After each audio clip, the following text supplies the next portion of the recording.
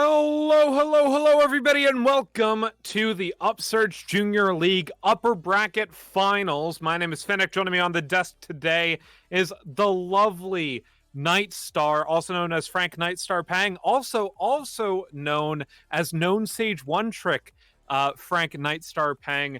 We're into the draft of game number one here. World Class Blank versus EQ Light. How are we feeling?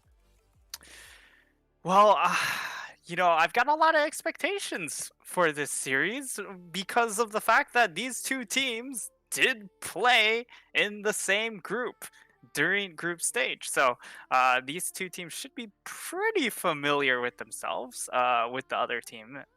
Excuse me. But yeah, the first time around, it was EQ Light taking it 2-1. And World Class Blank, they realized one of the big reasons why they drop that series was the Renekton top lane. So they just immediately take that, get that out of the equation, and move on with their lives. Yeah, seems very appropriate to me. We've seen the Renekton being picked up by EQ Light's top laner. Great Jace in solo queue, plays a lot of bruisers, a lot of strong side top laners. So do look for that. Ezreal Karma picked up in the bot lane for EQ Light. As a set gets hovered for World Class Blank, their top laner typically plays a lot of tanks, that is as Ragus. So interesting to see him play the bruiser in the set here, potentially looking for a strong side v strong side matchup. Grace being picked up as well in the jungle. That is a bit of a signature pick for AM Trick, as the Echo gets picked up for Great Scruff, who does favor a lot of AP assassins. Galio, immediate ban art for here. I like that. Yeah, but Galio will get hovered and does indeed get taken off the table. For Alex Carino, I mean, the two stars of World Class Blank are just AM Trick and Alex Carino. And for AM Trick to get his Graves is already very good news for this team. And as the set matter, it could potentially still have a three-way flex here. Because of the fact that it can go into the top mid or into the support role. It kind of fits that vein of Blue Caboose's known champion pool that he's played in the tournament, in which he's been playing a lot of melee engage support type champions, and Set would fall into that vein.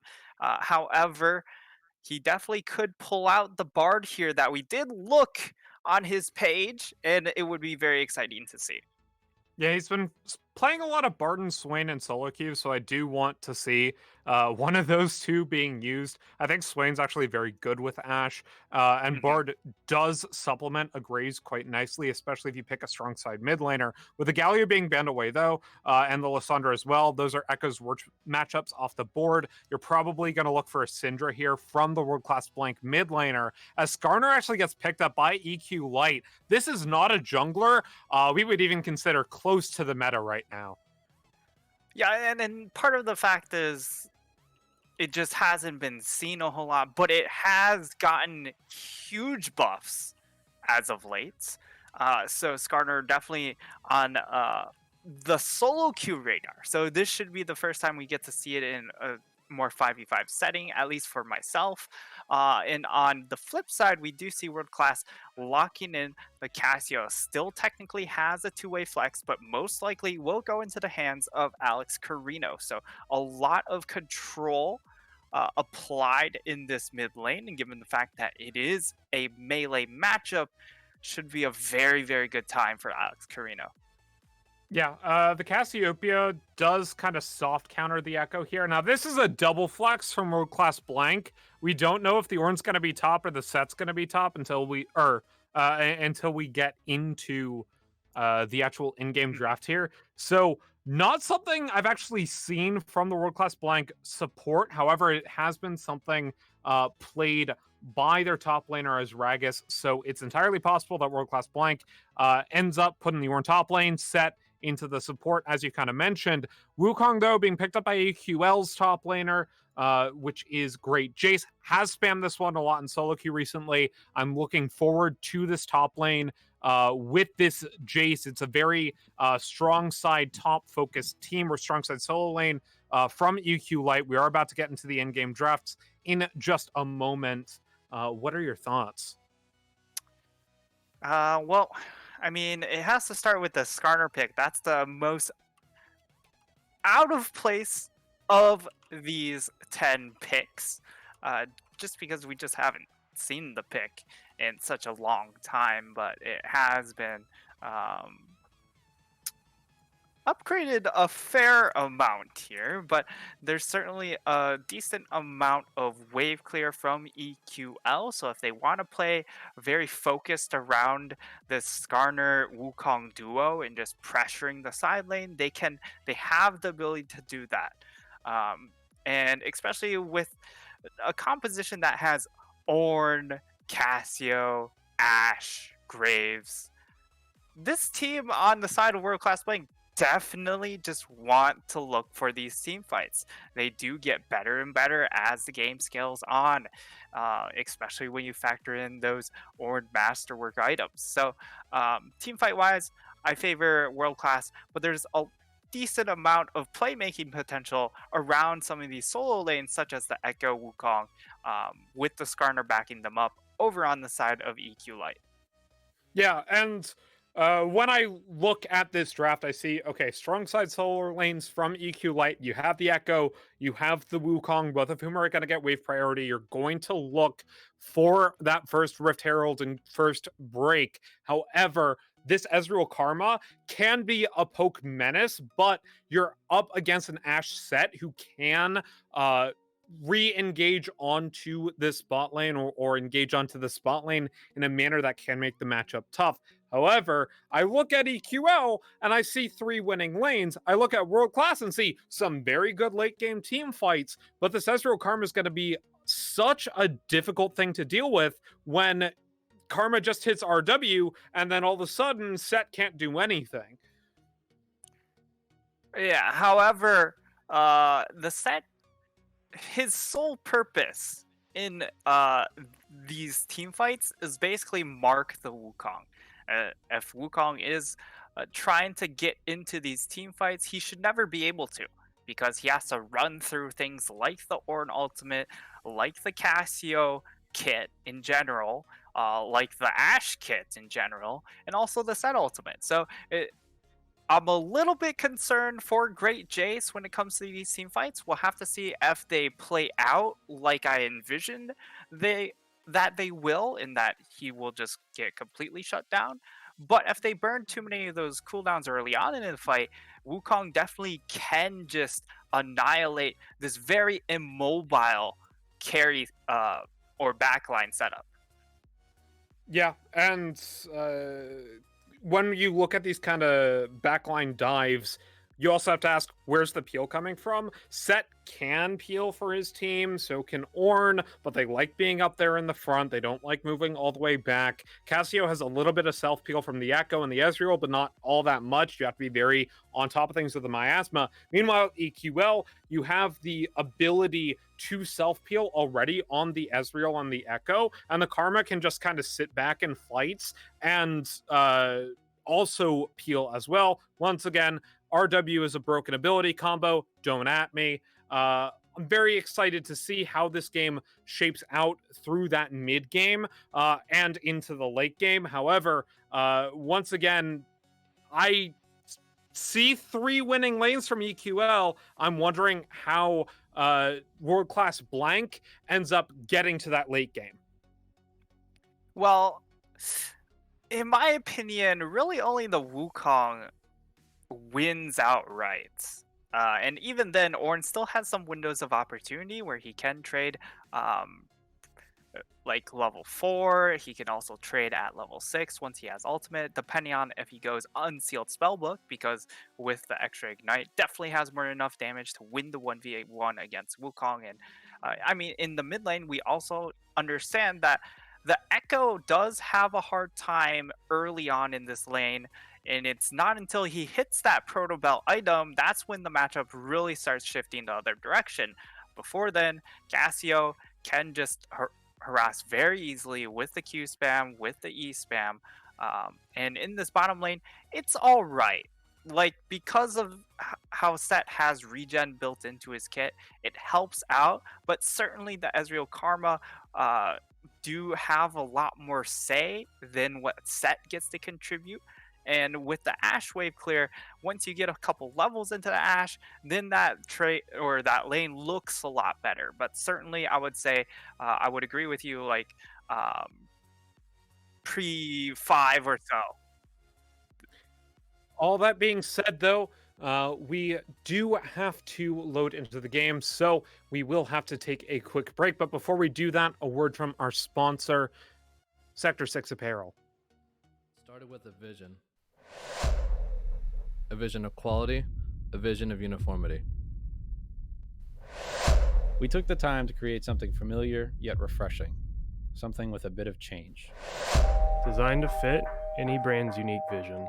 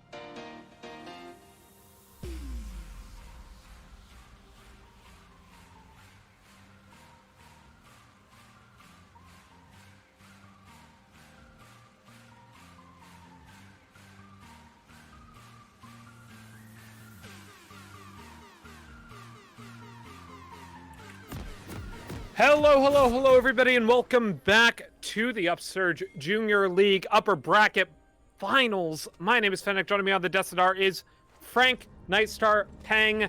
On the blue side is World Class Blank, as Ragas in the top lane, AM Trick in the jungle, Alex Carino in the mid lane, Navy Caboose in AD carry, and Blue Caboose in support. And on the flip side, we have EQ Light on the red side this game. And it's going to be Great Jason's top lane, Jeffrey Eepstein in the jungle, Great Scruff in the mid lane, Hypnotic Viper, and Great Homie to round out the composition in that bottom lane. And hugs all around in that mid lane? Is that what? Hugs, not drugs. Yeah. All right. I mean, with a name like Eep, I was expecting the Lilia. I think you were also expecting the Lilia. Give us the Lilia. Dang it. Yeah, no one's I disabled mean, this week good for SGC, but still. I mentioned it, like, if he doesn't lock in a Lilia in this series, get him out of here.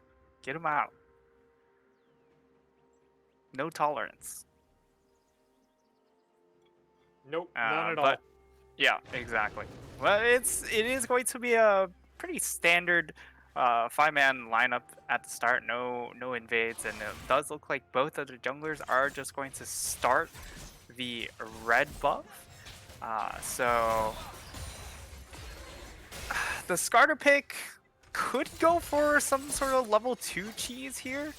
But other than that, he's going to be pathing towards bot lane, and I really expected to see a lot more top lane focus around the solo lanes. around this Wukong and around the Echo once the Echo gets to that first item. But him starting top side leaves me a little bit concerned. Yeah, especially when you have this insanely winning matchup topside with this Wukong into the Ornn. Obviously, as Ragus is really, really good at Ornn, he can deal with the 2v1 pressure, but it's very, very difficult. It is your winningest matchup. Just starting to play towards the bottom side, I feel like is a little bit of a misstep early, especially when you have Trick, who will punish suboptimal jungle decisions on that Graves. To say the least. Speaking of suboptimal jungle decisions, I didn't know where I was going with that thread, but Graves is taking fleet footwork instead of phase rush. Like, what? So the fleet footwork allows him to, have a little bit more sustain, but as you mentioned, like, to take it over phase rush when you have things like the Skarner slow to deal with, the Karma slow to deal with, an Iceborne Gauntlet slow to deal with, does seem a little bit foolish here. And also, Graves is probably one of the healthiest junglers in the game right now, so it doesn't really need the extra sustain for the lane, but you never know. If he decides to go crit, then maybe it does end up paying off because he would get pretty fat crit heals. That said, 2 conquerors this game. For once, not the single most used summoner's spell rune. It's a summoner rune. It's a rune in the game. We actually have 2 phase rushes, actually, and 2 of those conquerors. Phase rush, of course, and on Alex Carino and Blue Caboose. 2 lethal tempo! Like, Yeah. where electrocute and grasp? Like, I need the synergy here. All right, great Scruff, you need to pick grasp. Tank Echo, it's season 6, baby. Yeah, we're winding back the time. Let's go. But yeah, so nothing too insane as far as rune choices beyond kind of the fleet footwork. As far as the lethal tempo one, some viewers might be a little bit interested in that, and I would say it's the fact that Conquer did hit some nerfs, and also the fact that if you just want to deal more damage in general, lethal tempo helps you out in that direction. However, going lethal tempo may suggest he's looking for Triforce, and if it's Triforce, I have concerns, but we'll see. I mean that debate can go on for ages. We see Blue Caboose actually roam towards mid lane. Great Scruff flashing out of the way. Nicely done from the World Class Blank support as he roams back towards the bottom lane. And one of these things where you see lethal tempo on Ezreal is, my question is, why not press the attack? I feel like press the attack is better with the burst focus AD carries, generally speaking. Maybe you could shed some light on that one.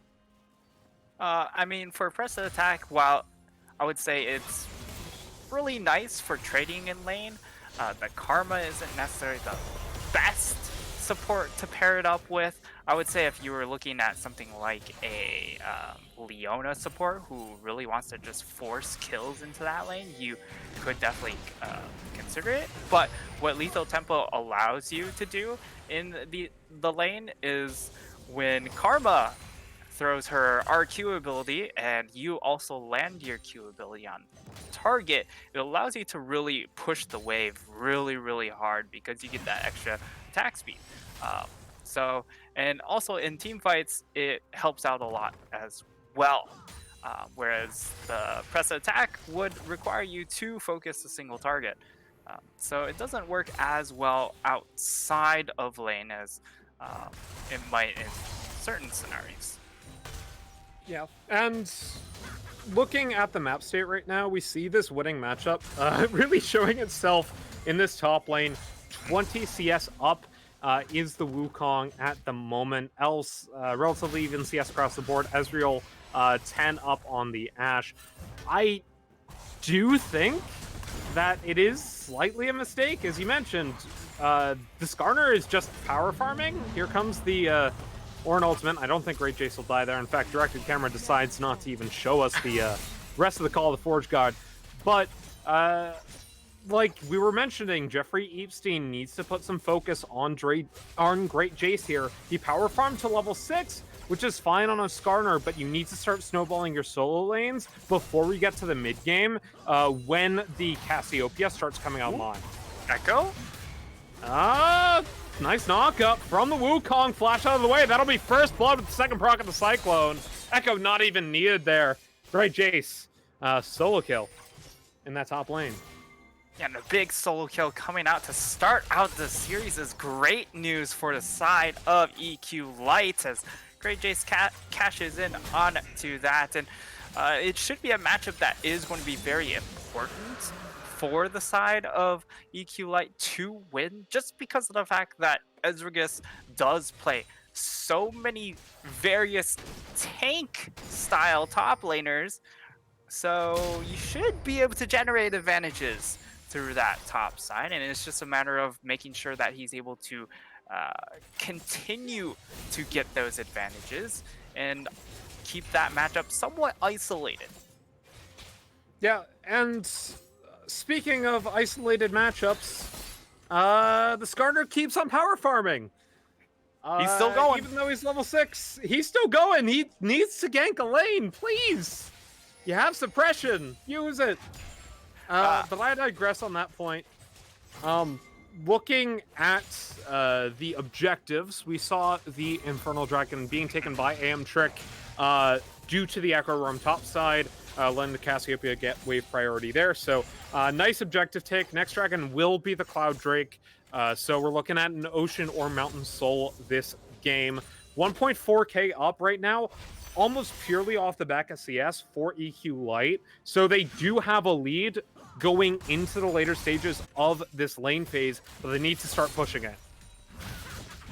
Yeah, they're in a pretty solid spot at the moment.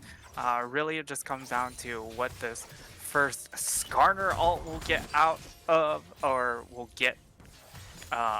So, okay.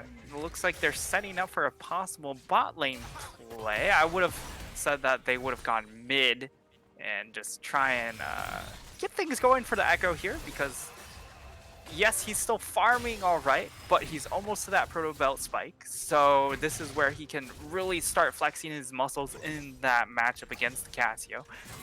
But you would have to make sure you outplay the Cassio ultimate, which is really the only way out for her. And actually, so we saw this wave priority grabbed by the Cassiopeia here.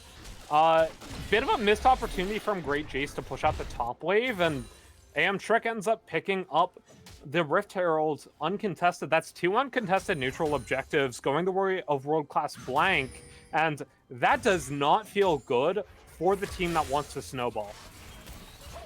Yeah, it doesn't, especially when the composition is mostly around playing the side lanes and generating picks with the Skarner.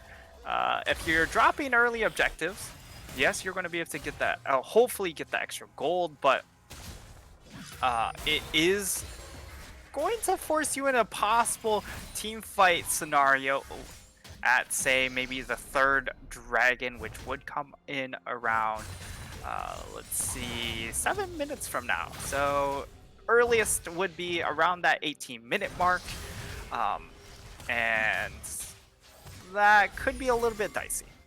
And guess who hits their Leandri's spike around the 18-minute mark? Give you a hint, he's a snake. Oh, wait. Oh, what? no. No. I mean, She's- some would she's say a Ash snake, is a right? snake in the lore. Like, I'm sure, like, not Shyvana, sorry. I'm sure Sejuani would call Ash a snake to her face, but, like, not this case. Dragon spawning in about 1 minute and 23 seconds here. Was exact, not about, but, you know. This is the way of the world, the way of the words, English language. Yeah, and it does look like we're going to see the Bork build onto the Ashe. This is something that I'm a little bit tired of seeing. Just because a of the... Skarner. Is he going to make his move? they're setting up. He got caught out on a ward and just backed up. All right. We are 12 minutes into the game, and we have not seen a single impale yet. For that matter, Trick hasn't gone in with the collateral damage either, but, like... I mean, Graves gets the option to farm as much as he wants. Because the rest of his team scales. If he doesn't need to be in lanes, he doesn't need to be in lanes. And Jeffrey Epstein is not giving him a way in. Here he comes, sputtered on another control ward, looking for the Impale Facebreaker. Flash forward, actually hits the Impale for once, but the suppression lands him right back into the set. Jeffrey Epstein ends up getting the kill onto Navy Caboose as Blue Caboose ended up show-stopping himself out. Nice gank coming out from Jeffrey Epstein, finally using some of this pressure they got from the winning bot lane. And there we go. We finally get that first ultimate coming in from Jeffrey, and it ends up getting pretty solid value because they're going to be able to get, well, they did get 2 additional plates, 1.5 plates worth of value on to the Ezreal himself, and then they were also able to snag up that second dragon, and it turns out it's also a Cloud Dragon, which is probably one of the better dragons to get for this composition. So everything feels really, really nice. And now we're going to be going into Garner, that Echo, Mountain Dragon. Wukong. So what? There are a lot of... This is one of the few cases where I would take a Cloud Soul even over an Infernal Soul if I were EQ Light. It actually is kind of disgusting for this composition. But alas, it is the Mountain Soul. Rift Herald being put down towards the mid lane, going to get a couple plates before they disappear. Onto AM Trick, Blue Caboose, and Alex Carino. Completed Archangel Staff for Blue Caboose as she builds into the Leandries. Cassiopeia, of course, wants to hit that Leandry spike as soon as possible, much like any other damage over time mage, although she doesn't need to build 2 mana items. RIP, Anivia, and Rise. But Dragon spawns 340, and otherwise, nothing huge happening across the map. Yeah, we shouldn't see Viper anything. caught in the Facebreaker, Arcane Shift out. Ezreal things. Just Ezreal things. Yeah. However, what I will also Oh say, no, Trick's top. and nothing happened. All right. Oh, we're gonna see a Skarner say hello to a snake, and Scorpion meets Snake in the river. Classic romance story.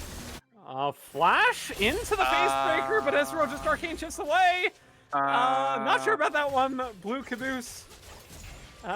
Yeah, getting pinged out here by the EQ Light bot lane. I feel like he wanted to get the Ezreal and Karma together on the Facebreaker, and in fact, he goes in again on a Great Homie. Ash Arrow hits, Great Homie taken down low, ignited up, Facebreaker not available at the moment as he pops a Showstopper. Great Homie now down to 150 health as Blue Caboose tries to kite out of the way. Echo roaming down, maybe looking for the re-engage, but AM Trick is here. And we will see Set ults. Set already flashed, and he's not getting much more than a Summoner heal and flash out for that one.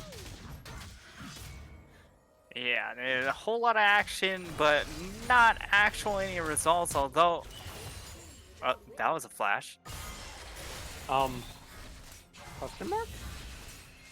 Well, he saw Epstein up there and decided it was time to Eep out. Oh but, no, Alex Marino gonna be in a bit of trouble. He ate the Petrifying Gaze onto Jeffrey Epstein as the Chrono Break comes through.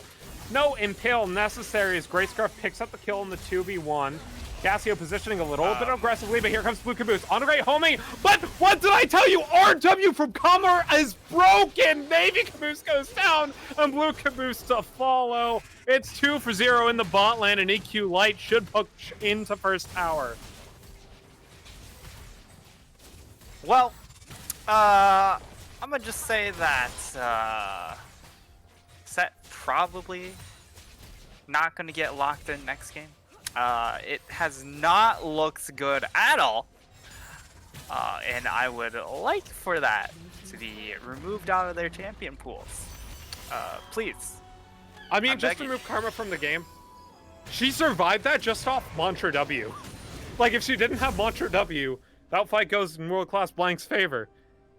I say this as a Karma top spammer. Remove Karma from League of Legends. You're a Karma top spammer. I see. I see. Only I against understand. bruisers. I understand. Okay. Otherwise, I pick Malphite. Oh, I love Malphite. You know, No, Malphite's...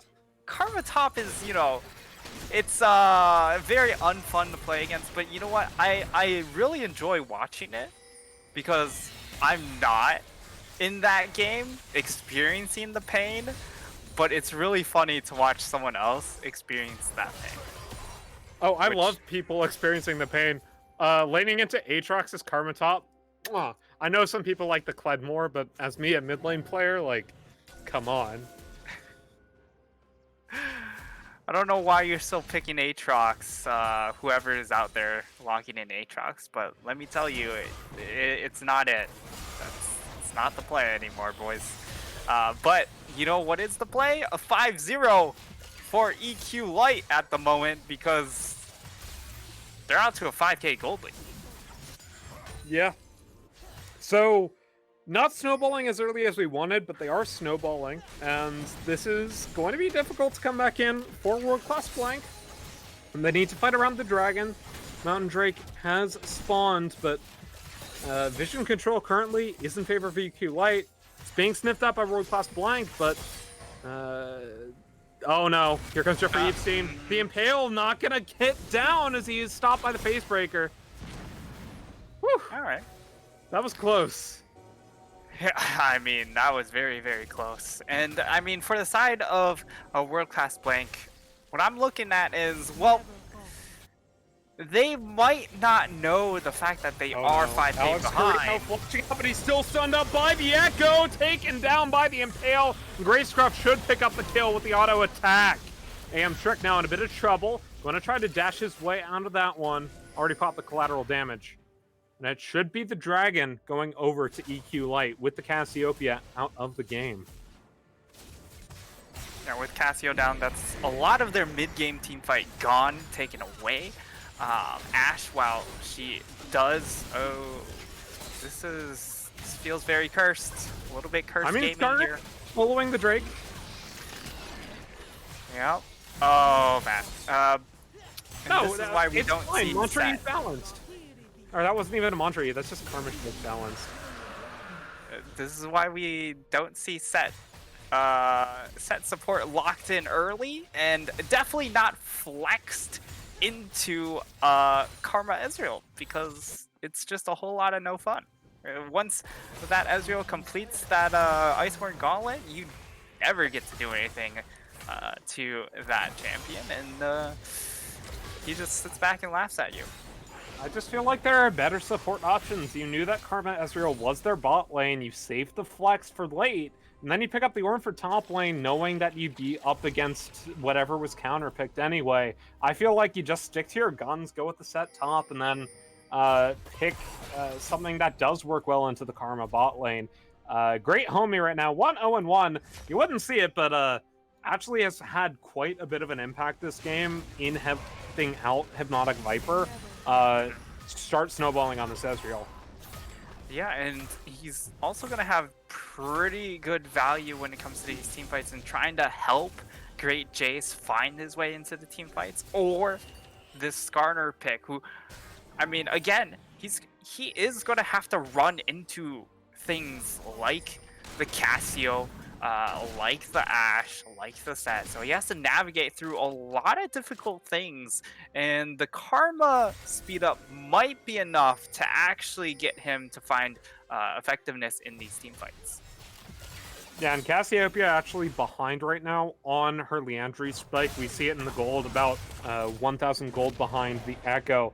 And just on the Haunting Guys and an Amplifying Tome, Doesn't feel great for the Casio in particular. Blue Caboose, though, hits a facebreaker on a great homie, but she hits E and gets away. Jeffrey Epstein, though, looking onto the Graves. Here comes Aragus, though, looking for the knockup, able to get it. Now here comes great homie. Call the Forge God, gets channeled, but he goes gold, and his Hypnotic Viper makes his way into the fight, looking for more. Jeffrey Epstein not going to kite forward, as Alex Carino ends up losing top lane tower to great Jace. Pops the ultimate to get out of that one as he nearly dies to the Wukong solo dive. Here comes great Scruff, though. And True Shot Barrage just hits from a mile away. And Karma gets an assist. Let's go. Karma gets the assist by hitting the on Ezreal. All planned. All planned. Well played. Calculated. Calculated.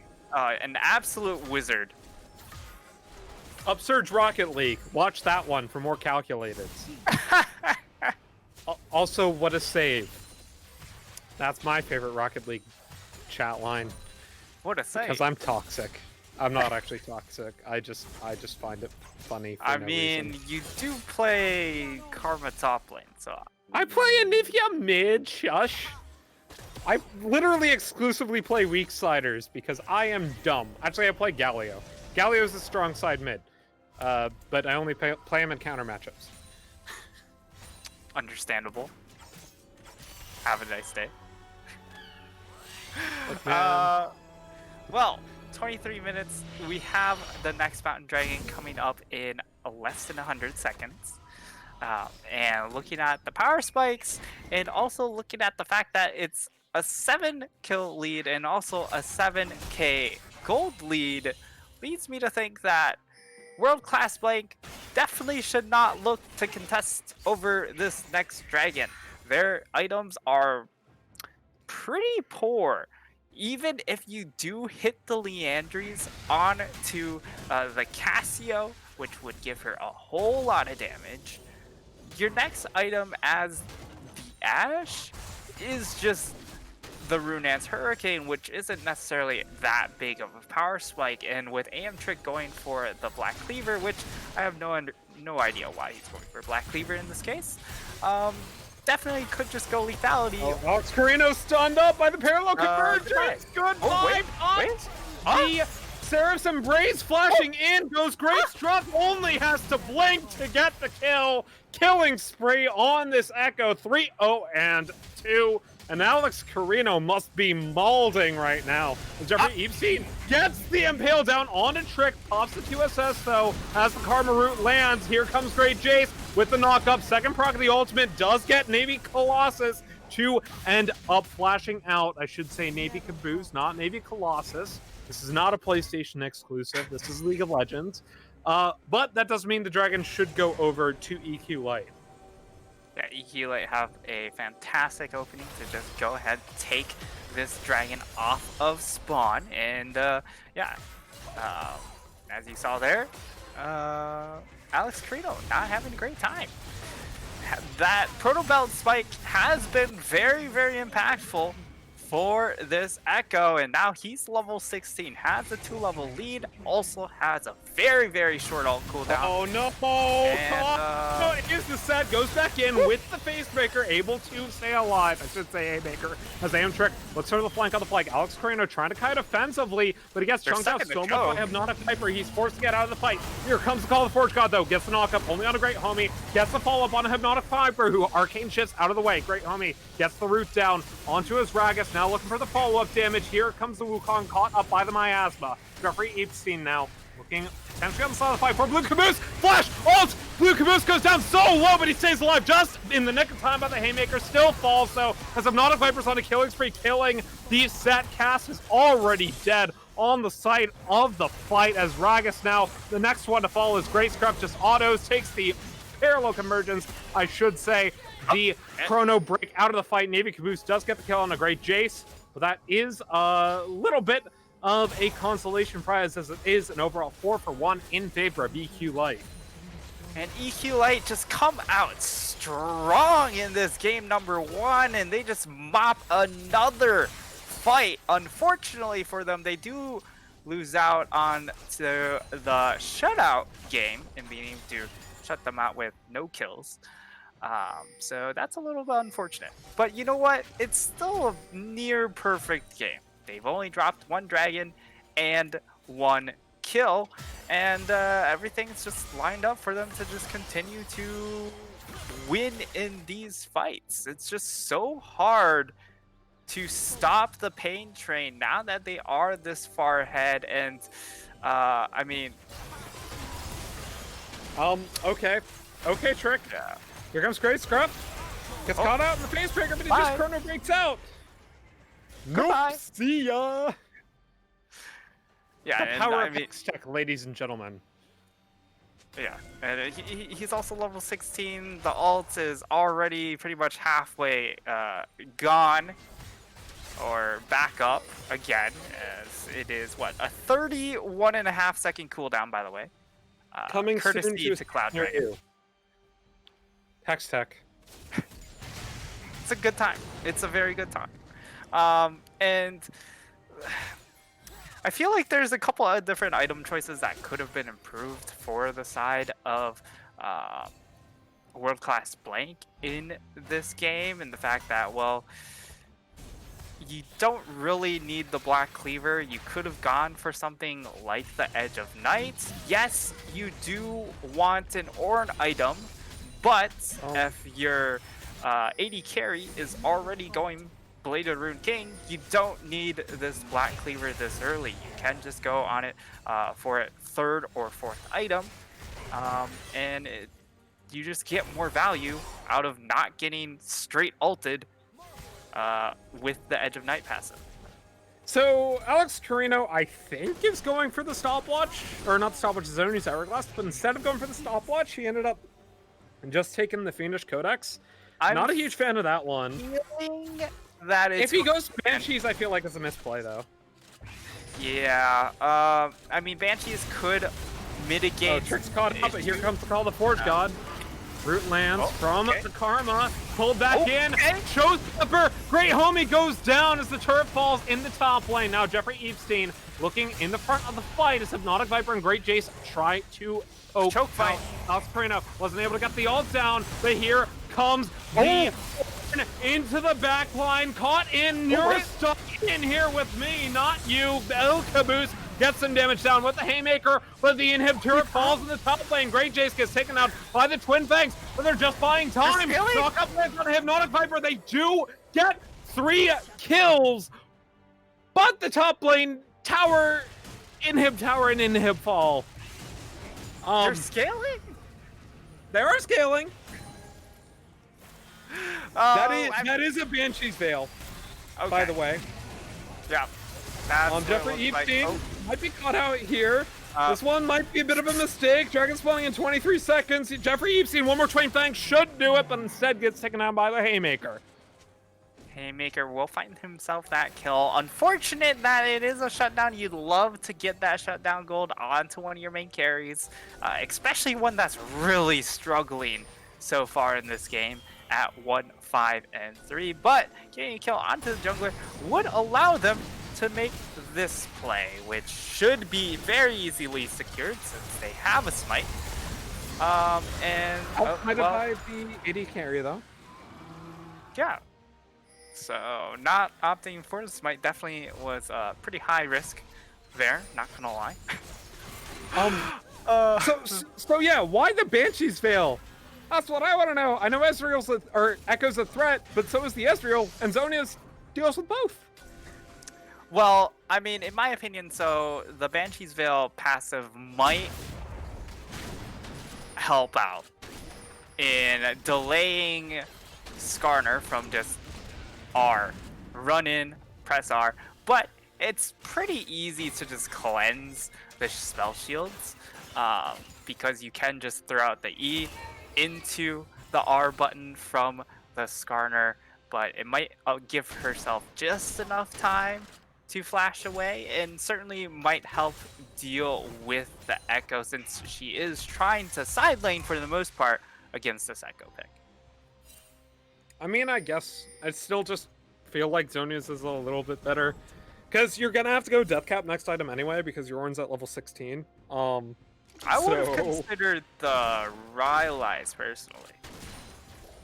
I mean, Rylai's, I think, helps you kite out definitely Yeah. a lot more than Banshees. I just feel like it's only useful against the Echo and the Karma, and doesn't deal with, you know, the threat that is Great Jace and Hypnotic Viper, both of whom have done a lot of damage. Death Stance actually picked up on Hypnotic Viper on the Ezreal. Now I'm really questioning why he would go Lethal Tempo over the Conqueror if he's already going the Death Stance build. Yeah, the Death Stance spell definitely benefits a little bit more from the Conquer rune. And really just this Lethal Tempo becomes more of a, well, Was that I use half it the for like... first damage from one Empowered E? Great Scruff. Portobello out. Sorry, he literally just, like, Lichbane E auto'd and did half the turret's health. I mean, he has a Death Cap and he has a Medjay. So, this man is Oh, that's kind of BM. strong. That's a straight up BM, actually. Here comes Call the Forge God, but it stops because he's stunned up. Trick looking for his way down into the fight as Jeffrey Epstein pulls the Unpale down onto the back line, ends up flashing out of the way as Great Scruff gets the parallel convergence. Good Ash! Holy crap! Back in with the ultimate, pumped out by the Showstopper cast, missing everything in that ult though, as here comes the Wukong. Two-man knockup off of the second proc of the ultimate as Azragus now a bit far forward in the fight. Double kill for the Echo. That should be enough to break the base again for EQ Light. Yeah, that is going to be EQ Light finding themselves another team fight win. And wow, we did mention that they were scaling over on the side of World Class Blank. It's now a 10k gold advantage. And, you know, it looks like they're looking for the end. I mean, why not go for the turret? Nady Caboose up in 5 seconds. Facebreaker hits on a 3, but it goes down so low, and in fact, it's taken out. What is the turret damage? Holy crap, Nady Caboose forced the flash out of the way as Great Scruff does half his health bar with a single E. Here comes the Casio, able to get on the Great Homie, but it doesn't matter because the Nexus falls, and EQ Light take game number 1 of the best of 3 series. And EQ Light run away with game number 1. It really was just no contest whatsoever. And I mean, everything played out exactly kind of what I lined out for. In the fact that, all right, well, if the side of EQ Light are going to win, it comes down to the fact that you need to play around this Wukong and you need to play around this Echo pick, because this is a very solo lane centric draft. And that's exactly kind of how it lined up. Not so much in the early mid game, but they were able to generate enough of a lead that then Great Scruff just snowballed out of control. Yeah, and that is Cursed unfortunate for World Class Blank. Ornn did more damage than the Ashe. In this post-game strain, 1130 to 10,296 damage from the Ashe. I mean, I feel like if you're going Bork start, there needs to be more than just a Skarner to justify that on the Ashe, especially when you have an Ornn on your team. I feel like, you know, being able to go for the IE, I know it's a bit of an older build, but it does help a lot, especially when you have an Ornn on your team going into that late game. That said, Ezreal did the most damage in the game. It felt like the Echo was doing most of that, but evidently not. I mean, the real number is the damage to turrets. That's the real number. That's the number you were looking at, Finnick, because the Echo, when he touched the turret, it just evaporated. Yeah, that was disgusting. I'm going to have to take a shower, but while I do that, we're going to be going to a break. Don't go anywhere. We'll be right back with more of the Upsurge Junior League Upper Bracket Finals here on the Upsurge Esports Twitch channel.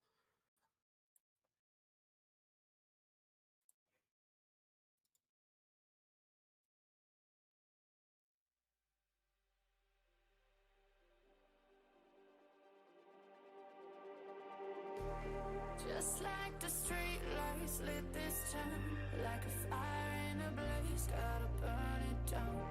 Can't be afraid to leave this out.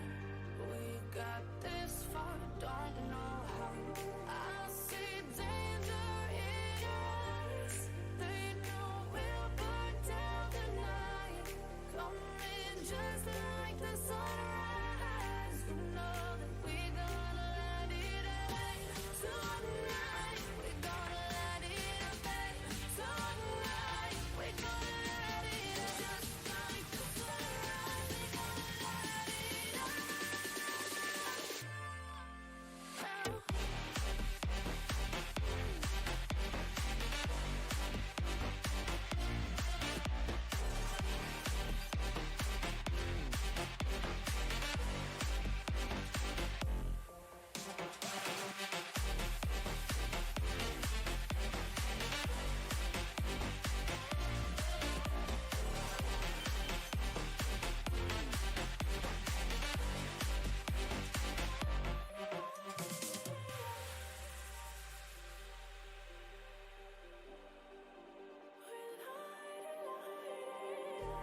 just like a spark that's breaking out. Can't make a stop, can't turn back now. We know that there's no room for doubt. No, we can't turn back now. I see danger in your eyes. They know we'll burn down the night. Coming just like the sunrise. You know that we gonna light it up tonight. We gonna light it up, babe. Tonight we gonna light it up just like the sunrise. We gonna light it up.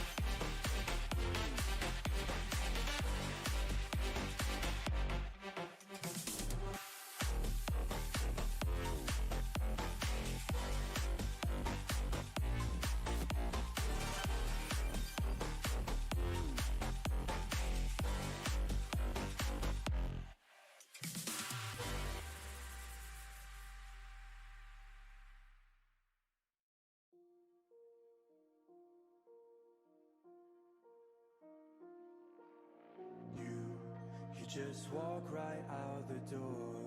Don't wanna do this anymore. Now I'm lost without you. You drive me crazy out my mind. How'd you do this every time? Now I'm lost without you.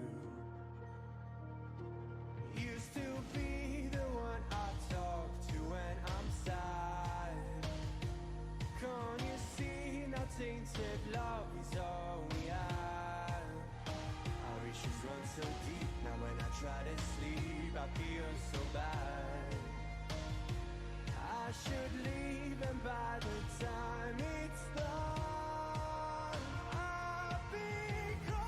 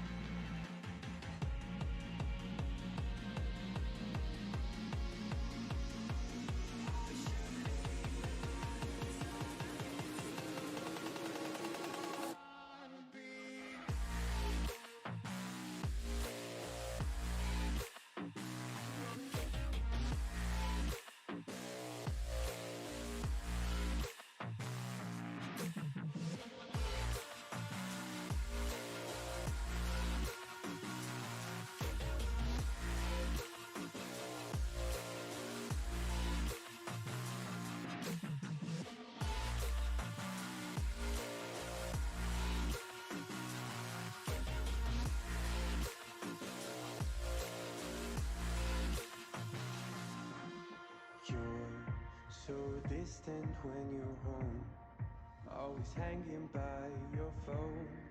Do I even know you? And I get paranoid sometimes, 'cause I know that you ain't mine, and I'm lost without you. Used to be the one I talk to when I'm sad. Can't you see now tainted love is all we have? Our issues run so deep, now when I try to sleep I feel so bad. I should leave and by the time it's done I'll be gone.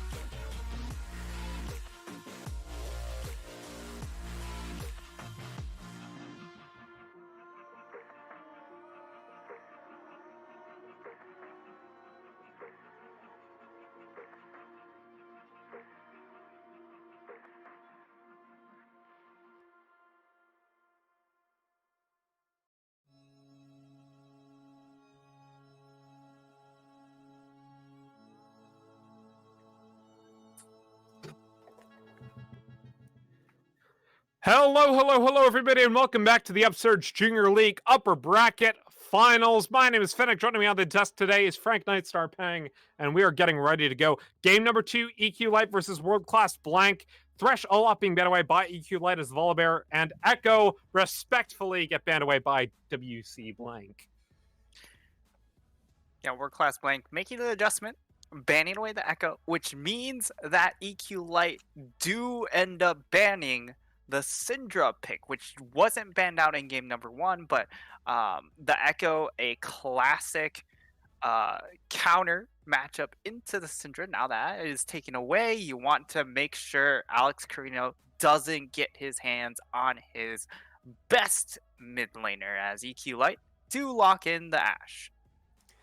I mean, the Blind Ash first pick, I feel... Yeah, World Class Blank picked that one last time, too. Wait, what? So they're playing Senna Wukong bot lane. Yeah, most likely it's going to be the Senna Wukong. So I think the Senna is actually going to be played by Blue Caboose because he's the one who's played more of that, I think, if I remember my solo queues correctly. And Leona being picked up into the Wukong. I like this pick. I think it does well into this lane. Yeah, so the Ashe Leona does have a pretty good, pretty decent kill threat. Does have issues against like mage or range lanes, but because there is the Wukong, it should be a relatively okay time. Kindred locked in very, very early on. This is AM Tricks champion. Yeah. I don't know if this is actually a name change from Jeffrey Epstein, but the previous jungler, Russian, I believe it was like Hot Russian Girl, he played 4 games of Kindred. So if it's the same player and just a name change, it does also make sense in the fact that they have played it numerous times before, and a very early Ornn pick does definitely say that this Wukong is, well, okay, I'm not going to say definitely, because some teams do consider flexing the Wukong into the jungle, which is okay, but it's also a very poor matchup into the Kindred. But yeah. Yeah. Trundle ban, bro? Wait, what? They picked Kindred. Galio being banned away by QL makes sense here because they're gonna have to blind their mid laner. But like, Shen, I mean, so this telegraphs to me that they want to pick Set if they ban the Shen. If this is Senna Set bot lane and not Senna Wukong, I will be very upset because I think Senna Wukong is better at the moment, and also they should really put the Set top lane because, oh no, they already have the Ornn. Yeah, I think I'm they just confused. don't like the global pressure Shen? provided by Shen. And Shen's also just really, really strong in this patch, given the fact that he got an extra 20 HP for his shield. So he's just in a somewhat oppressive pick at the moment. And now for World Class Blank, we'll see what they end up locking in. This should clear up a lot of issues, whether this Wukong will indeed be committed into that support role, which with this Graves locked in, it should be the case. So this makes sense here. They banned Galio. Echo's already been banned. Kassadin is something that Great Scruff has played quite a bit of. So if this gets locked in, you're looking, so instead of picking the early snowball comp, they are picking the late game scale win comp, but they have early pressure from the Kindred. Set being picked up in the top lane here into the Ornn. This one's a matchup that we've seen time and time again. So definitely one that we can briefly touch on when we get in there, but not too much of a surprise as to how that lane's going to go. World Class Blank, though, counterpick to Kassadin just feels so difficult to do here with the Galio being banned away. I feel like EQL wants them to pick the Lissandra. They should go just for a full AD composition. And that's actually what they do lock in. The Tristana gets locked in here. The reason why I say they should just accept the full AD comp is the fact that there isn't really a super tank on the side of EQL. You could say Leona is a pretty good tank, which I would agree with, but it is still a support. She's not going to be necessarily like the most threatening tank.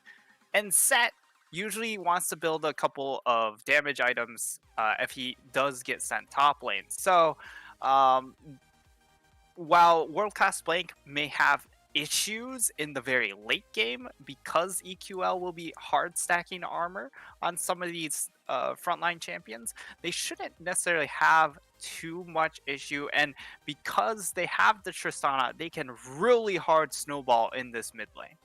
They need to hard snowball, right? Like when you're up against a Kassadin comp, especially when you have a double ADC threat from EQL as well. I mean, obviously WC also has a double ADC threat, but it's fasting Senna, so not really an ADC. Dabs. But like EQL is now playing the late game comp. World Class Blank is now playing the early game snowball comp, but I like EQL's draft more still. I don't know how to explain it. I just feel like it's a better draft. Again. Well, EQL feels like they have a more balanced draft, right? Where they have a little bit of disengage, they have safety measures with the Kindred ultimate, with the Set ultimate if used defensively. So they have a good amount of options in attacking and defending when it comes to looking for these team fights. Whereas on the flip side, the Wukong ultimate, not necessarily the best ultimate for disengage. So when it comes to disengage, you're looking at the Tristana ultimate, but that's pretty selfish. Mostly a selfish usage. You're just using appeal for yourself, not necessarily for the team. And then the Ornn. But if you use the Ornn, it really stops the momentum coming from this team. And this team does need to build momentum rather than handshake the game. Yeah, like you need to win by that 25-minute mark. Like Tristana will do fine late, as will the Senna, and the Ornn will help that. But like, you're on a ticking time bomb when the enemy team drafts Kassadin, Kindred, Ashe. Like, there is only so much you can do against those three champions come late game, especially the Kassadin, right?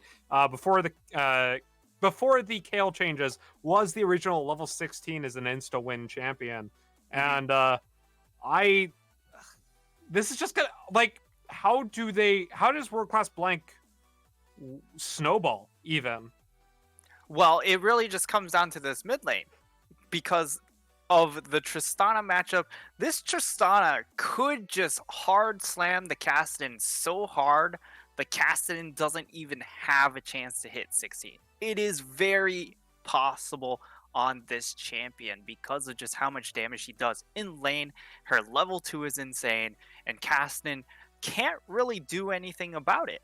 Now, here's the thing. The big brain move would be to just throw the Kassadin top lane and put the Set mid, because the Set can just build full tank if you're sending it mid, and that would allow the Kassadin to scale because obviously Ornn does magic damage, and it's not necessarily a large carry threat either. Yeah. I hope this Tristana gets ahead. If you're a World Class Blank fan, you should hope this Tristana gets ahead because you're looking at And it gets matched up against Kassadin. I mean, it should be matched up against the Kassadin, right? I don't think the Set will go there and the Kassadin goes top because Kassadin wants to be mid lane so he can put the pressure down when he's level 6. But yeah, so Senna Wukong, like, should be in a press of bot lane, except you got counterpicked by this Leona, and she just wrecks the Wukong. Yeah, this bot lane should be a relatively good time. The nice thing about this bot lane is the fact that Senna has some sort of sustain for the Wukong, also has decent range to deal with the Ashe, but there's just so much more that this lane can provide. And I'm telling you, if Set goes mid, it is actually a really, really good time. Yes. Because you want to dive with a Set. And Set, Anish, Leona... Set Kindred is disgusting. Like, let's be Yeah. straight here. You can hard slam that bottom lane if you move the set into the mid lane. I mean, we'll see. Great Jace will be playing the set, and Great Scruff will be playing the Cassidon, but obviously they could lane swap as we are waiting for the spectator delay here. We already talked about the mid and bot lane matchups. We don't need to talk about top lane because everyone's seen Set Ornn a million times. Talk about the jungle matchup. Kindred and Graves both have been at the top of the meta for a couple patches now. Yeah.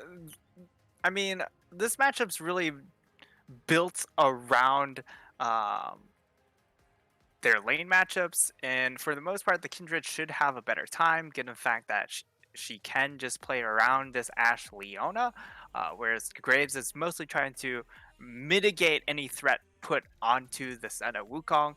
Also has to kind of see if he can find any gank opportunities on this with this Ornn. Maybe try and put out a fire there, and really he just wants to get this Tristana as isolated of a matchup as possible. So Graves is trying to keep things chill, and Kindred's just mostly doing whatever she wants.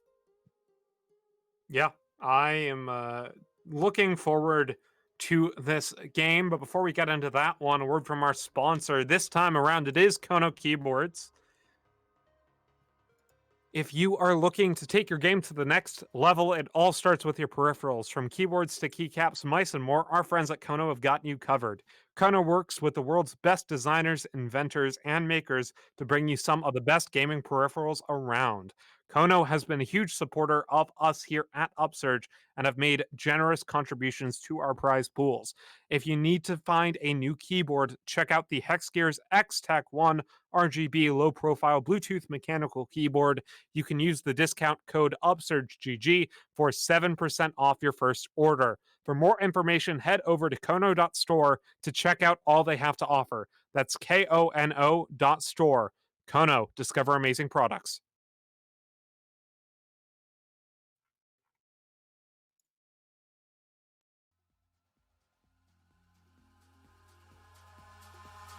Eyes in the sky, gazing far into the night. I raise my hand to the fire, but it's no use, 'cause you can't stop it from shining through.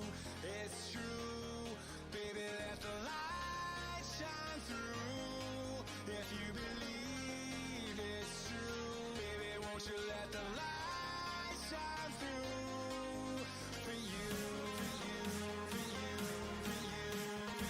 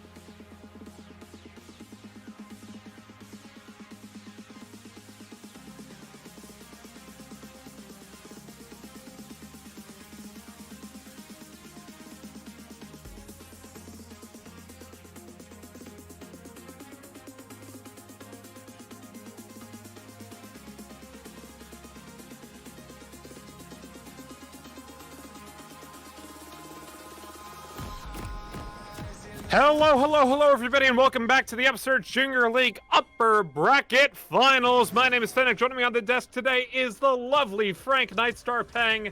It's game 2. EQ Light on the blue side, World Class Blank on the red side. Are you ready to go? Yes, I am Finnick! But you know who isn't?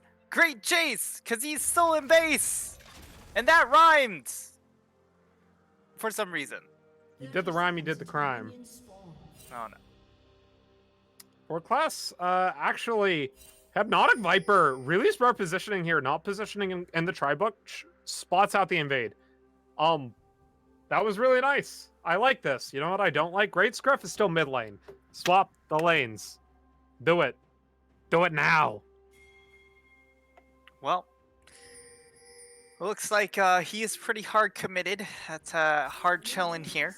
It's just gonna be wards placed down. They don't really have a great level 1 to force onto a pick here for the side of World Class. So all they can do is just kind of wave hello and walk by. Don't you just love it when your AD carry takes support items? Because no, Senna is obviously a support, not an AD carry, and Wukong is definitely the AD carry, not the support. Because look, right now, the support has the support item, right? Spectral says, I've beaten the I hate funnel strats to death enough times, but I really hate funnel strats. I think this is really, really fun to watch. I love Senna lanes, so I think it's really cool that there are diverse bot lane strategies. Other ones would be any sort of Yasuo bot lane, even though I don't think it's necessarily very good, but...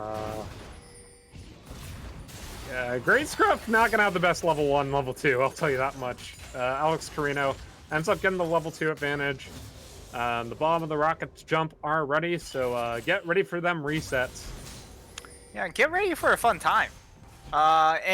Even if Alex Carino isn't able to get kills in this mid lane, he should be able to deny a large portion of the farm to this Kassadin.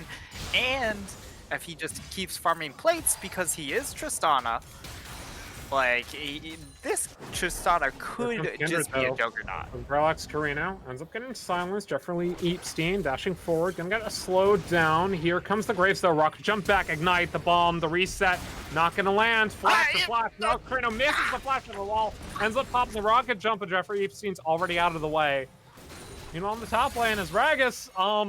Yeah, as we said, Set Ornn is a fun and interactive lane. Yeah. I lost my marbles on the Tristana flash. Sorry. I mean, it's all right. Oh wait, you can still get it. Though. Don't he had flash. Don't let the Tristana stack the bomb. All right, I'll tell you this as someone who hates playing against Tristana. Just don't do it. There's a lot more jungle focus from both these junglers in the lanes early in this game, so I do like to see that adjustment from both of these teams. Jeffrey Epstein at the moment gonna start building towards the enchant. I believe Warrior is the one you go on Kindred at the moment as opposed to Stormrazor. Meanwhile, Haymaker flash forward for Flash. As Ragus gets out of that one by the skin of his teeth, 100 health. And that's actually a really, really nice flash coming in from Azergus, but I feel like the amount of times that Azergus has played Ornn, and then you watch how these lanes end up playing out, I feel like he is mismanaging his understanding of Ornn, because he just keeps finding himself in these very low health situations. And as a result, he's just super far behind in farm almost every single time. Yeah, I mean, there are ways to play weak side top laners without ending up this far behind. I personally think that if you don't want to play Shen or Shen's being banned away, like, Karma's fully acceptable into the set. I mean, there are other weak side top laners you can do into that one. I feel like Ornn ends up getting abused in this matchup all too much. Like, I know it's a common matchup from back when Ornn was absolutely broken, but like right now, he's actually in a fairly balanced position in the meta at the moment, at least in my opinion. And it doesn't really do well into the set without the early game damage that you used to get off of him. Yeah, I would certainly agree in that manner. However, for Navy Caboose, you know, he's while Blue Caboose is, I mean, Blue Caboose is actually keeping up in farm relatively well. I don't know what you're talking about. The 80 carry is 44 CS down. Oh, right. Navy Caboose. Oh, here Bit comes of a Navy struggle. Caboose, though. On to Hypnotic Viper. Navy Caboose looking for the root. Oh, Ends up wait. getting it flashed out of the way. Looking for the flash follow-up. Hypnotic Viper down to 50 health. First blood goes over to the setup, but it's traded back. Here comes Great Home now on to Blue Caboose. Taking out a 300 health. Leona does a surprising amount of damage, but the Zenith Blade will get dodged out by the dash. 1-for-1 in the bot lane. 80 carry for 80 carry. But the first blood goes over to the Senna. Yeah, and watch, this There is goes Ignite. another burst, though. They're available. Oh, Ignite! Oh, no! goodbye. Nope, goodbye. Good night. Good night, Star. Don't take trades against the Tristana when she has Ignite up, because she does a whole lot of damage. Oh, the Forge God, but he's on the is wrong her? side from the tower. He's up, getting the Oh knock my. up. Nice little punk, able to pick it up. Let the bellows breath. You were doubting this man. Picks up the solo kill. Power of minions. The power of minions. That's all I have to say. And Call of the Forge God. The level 6 power spike on Ornn, I think, is still underrated. I mean, whew. Level 6 on Ornn is still very, very strong. The damage coming out from that thing is whew, peak performance. But you know what also helps? Getting Unsealed Spellbook. You can win that matchup even harder at level 6 with Unsealed Spellbook coming to a rune shop near you. There is no rune shop anymore. You don't buy runes with blue essence. Gosh, what season is this? Wait, I thought we were going back in time. That's right. We saw the Echo in the previous game.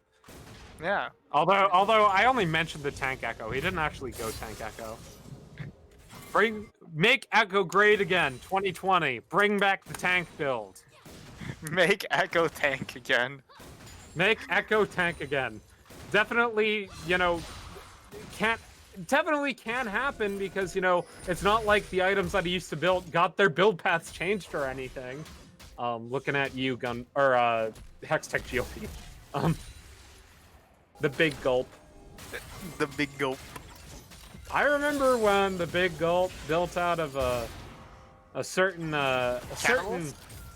catalyst. Yeah, that was real fun.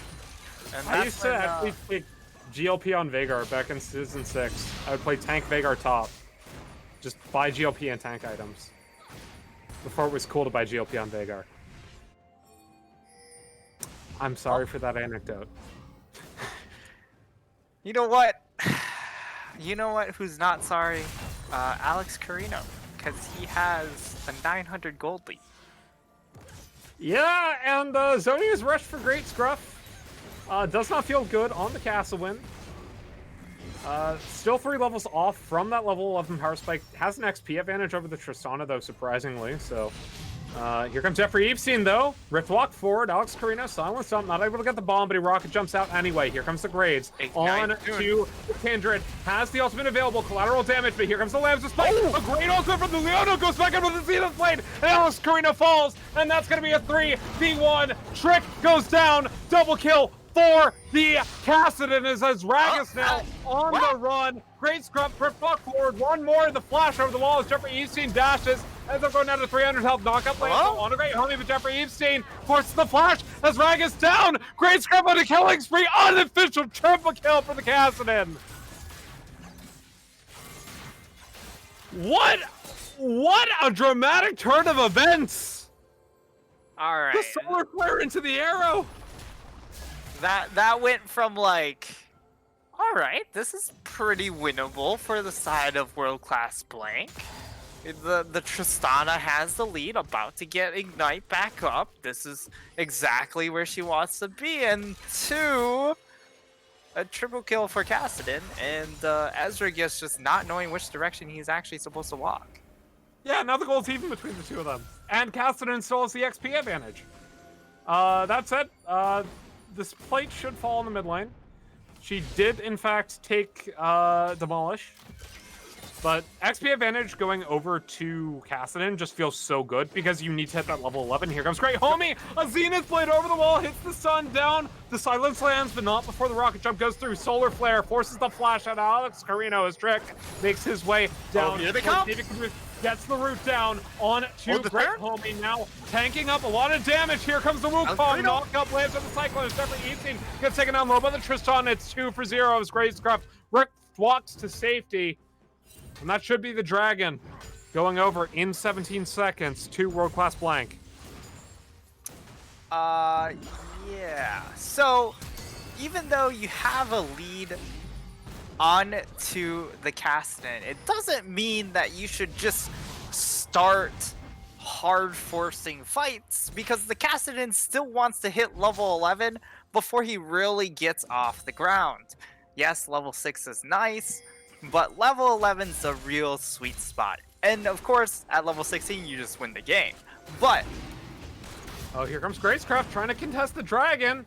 Has Rift Hawk available, obviously. Can make his way over if needed. Will end up going, but here comes Jeffrey Epstein already over the wall. Great Homie is here. Yeah, Below. Zenith Blade's going to be a swing and a miss, and the Dragon is safe for now. In fact, it gets taken over by the side of EQ Light, and they're looking for the follow-up fight. Alex Carino taken down very low. Here comes Great Jace, rocket jump over the wall to make sure he doesn't get caught by the showstopper. Senna not going to hit the root. The flash gets burned. That was a great play from EQ Light.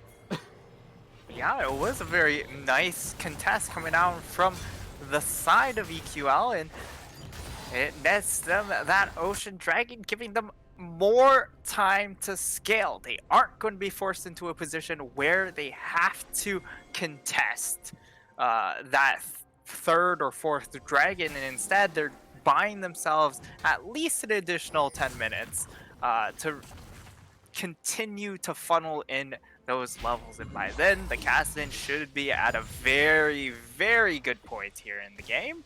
And yeah, I mean, he's already just tanking bot lane towers. He already knows he's got this in the bag. And on top of that, you have a 99 CS lead for Hypnotic Viper, about to Flame Horizon the enemy AD carry. Also has a cold pop, so a lot of money there. Yep. Yep, there's the Flame Horizon. All right, Hypnotic Viper, Flame Horizon's Navy Caboose. Never thought I'd see it in the upper bracket finals, but here we are. Very clean AD carry play. Clearly an AD carry difference. Have I made enough jokes about how dumb funnel strats are yet? I feel like I haven't made enough. I love Senna. I think Senna is one of my I think Senna is fine, but if she's not being played with Lucian, then when her kit was kind of designed with the intent of, you know, being together for the lore. Here comes Jeffrey Epstein on Alex Carino. Zenith Blade over the wall. The bomb gets the kill, but it's already traded over. Gravescraft on a rampage now. 4-0 on the Cassidy. I'll take that trade. Thank you very much. Yeah, certainly a worthwhile trade for the side of EQL. And now turret plates have fallen, which is great news for the side of EQL, because it means that Tristana cannot farm any more of those turret plates. However, I guess 14 minutes in, we always have to have a Senna tracker, you know? You gotta know how many stacks are onto the Senna, and right now it's 39, so well past that 2 stack a minute, which is kind of what I see in pro play for 80 carry Senna. Obviously, this is more of the support Senna build.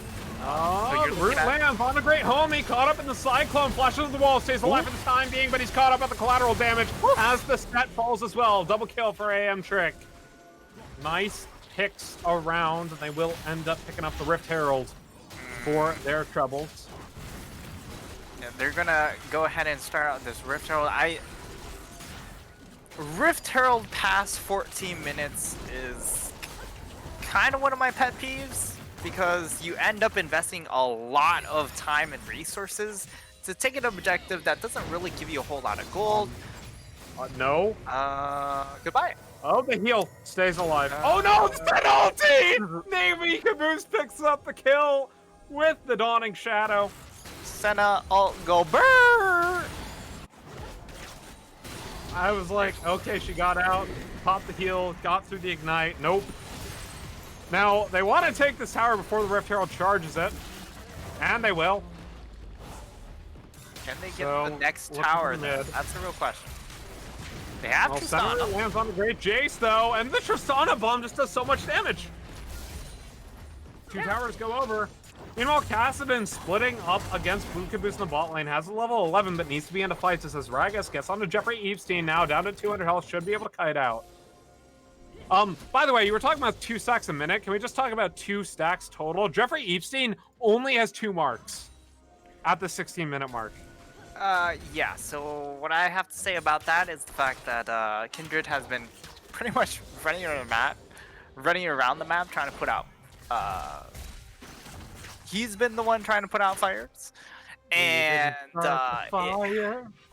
it's not been great for this Kindred pick. 0, 3, and 4 hasn't really been able to find any marks as far as invades go, and also just not finding the champions as well. And now it really just comes down to Great Scruff. He has to do a lot The for Forge this team. God gets the knockup. Brittle Proc into the Goodbye. knockup as Ragus with the solo kill on Jeffrey Epstein. No time to react with the Lamb's Respite as the dragon spawns. It should be the Cloud Drake going over to World Class Blank unless they can hold it again. Yeah, so unfortunately, it is going to be the Cloud Soul up on the table instead of something like the Mountain Dragon. Although, Mountain Soul, if the side of EQL could have gotten a hold of Mountain Soul, that would have been devastating, because then there's absolutely no way for the side of World Class to kill anyone. I mean, it's good on Great Scruff, at least. Yeah, it will help mitigate some of the damage. Like it's certainly not bad that Cloud is up available, because for the side of World Class Esports, they're going to be able to really pressure around the Tristana ultimate. That's going to be a big thing that they're going to be utilizing, as well as the Senna ults. And I mean, on the flip side, it's actually really good for Kassadin, for Kindred, for Ashe, for Fiona. So for the side of EQL, they definitely win out. But again, the side of World Class, they needed to snowball, and this isn't the best snowball soul for them. I mean, that said, they are snowballing decently. They still are about 2,000 gold up at this 18-minute mark. Not their largest lead of the game, but they have 2 mid lane turrets. The Kassadin has been split pushing this entire time, and Tristana hasn't been needing to answer to that quite yet. Because Kassadin not on the Lichbane quite yet, and won't be for until the 4th item, really. Because he went for the Seeker's Arm Guard first, now going into the tier item second after the completion of the Rod of Ages. So you're not looking for the Lichbane spike on Kassadin until after he hits level 16 at the earliest. Yeah. You got that, but you're still a ticking time bomb. But you see, Jeffrey, he has found himself another mark. So, almost to that all-important 4-mark point, right? So, once you get 4 marks from Kindred, you can max your attack range. You're able to kite out super effectively. Everybody loves that aspect of Kindred. Definitely. yeah, and I mean, Senna, she's already expanding her attack range. She's already at that. Rocket jump 15. forward on a Great Scruff. Looking for more. Rocket jump reset from the bomb. The ignite down, but Great Scruff should stay alive. Flash burned, though. Flash burned by the Kassadin is a huge win for the Tristana.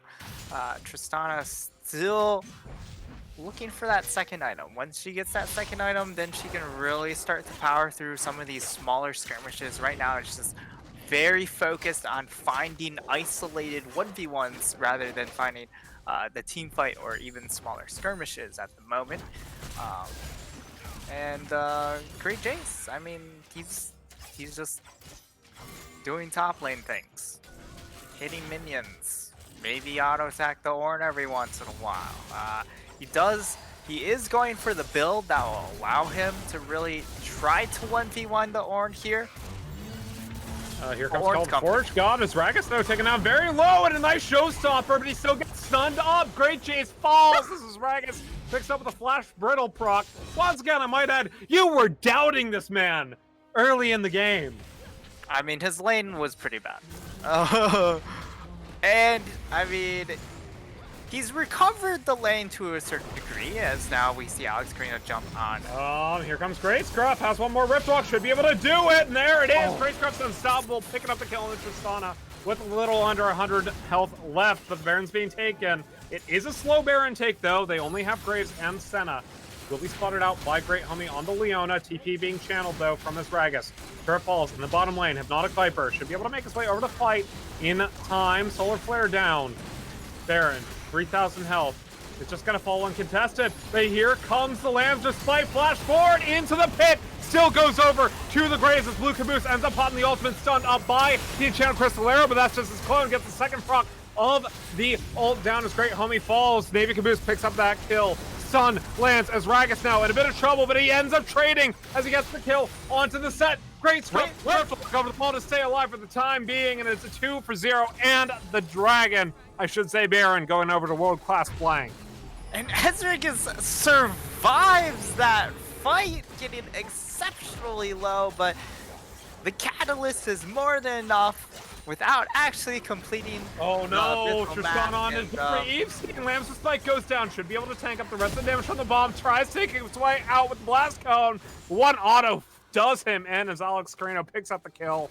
That will be the Cloud Dragon going over to world-class flank. And I hate to call it now, but we might have a series on our hands. He just may indeed have a series on our hands, as now you're going to have Alex Carino in this side lane with a Baron buff to his name now.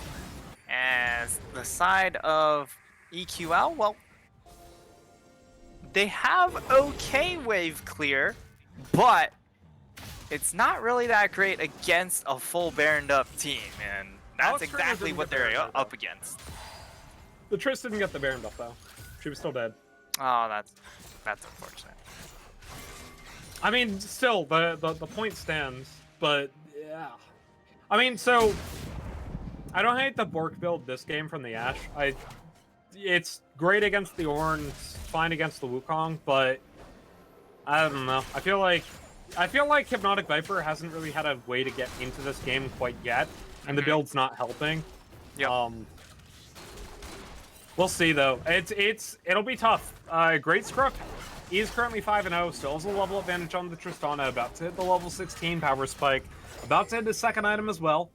But this is a game where EQ Light has to play immaculately to get to the end game even. Yeah, now EQL are in a bit of a struggle here as they just try and hold on to as many structures as they can.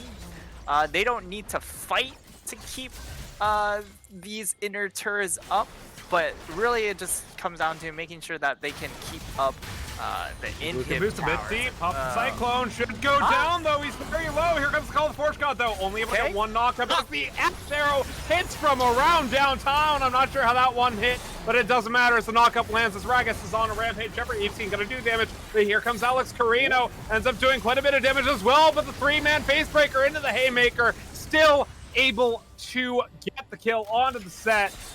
They're looking for the mid lane tower. No Baron buff though.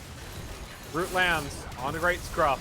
We're looking for the end of the game. Am Trick a bit far forward, taking down to half health. That'll be the inhib. And they back off. It should just be that inhib. They don't want to overextend their stay, given the fact that Great Scruff is up and available, and that's the last thing you want to do is just give that man a couple shutdown kills, which would pretty much mean disaster, especially since he's 5-0. So he is the man with all the gold on their team at 9,200 gold.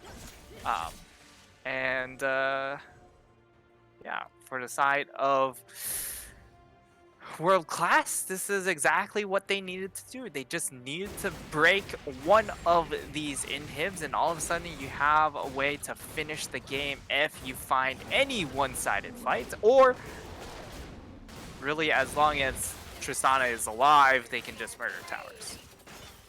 Yeah, and it's very tough. Great Scruff, currently level 15, needs to get to the level 16 power spike as soon as possible.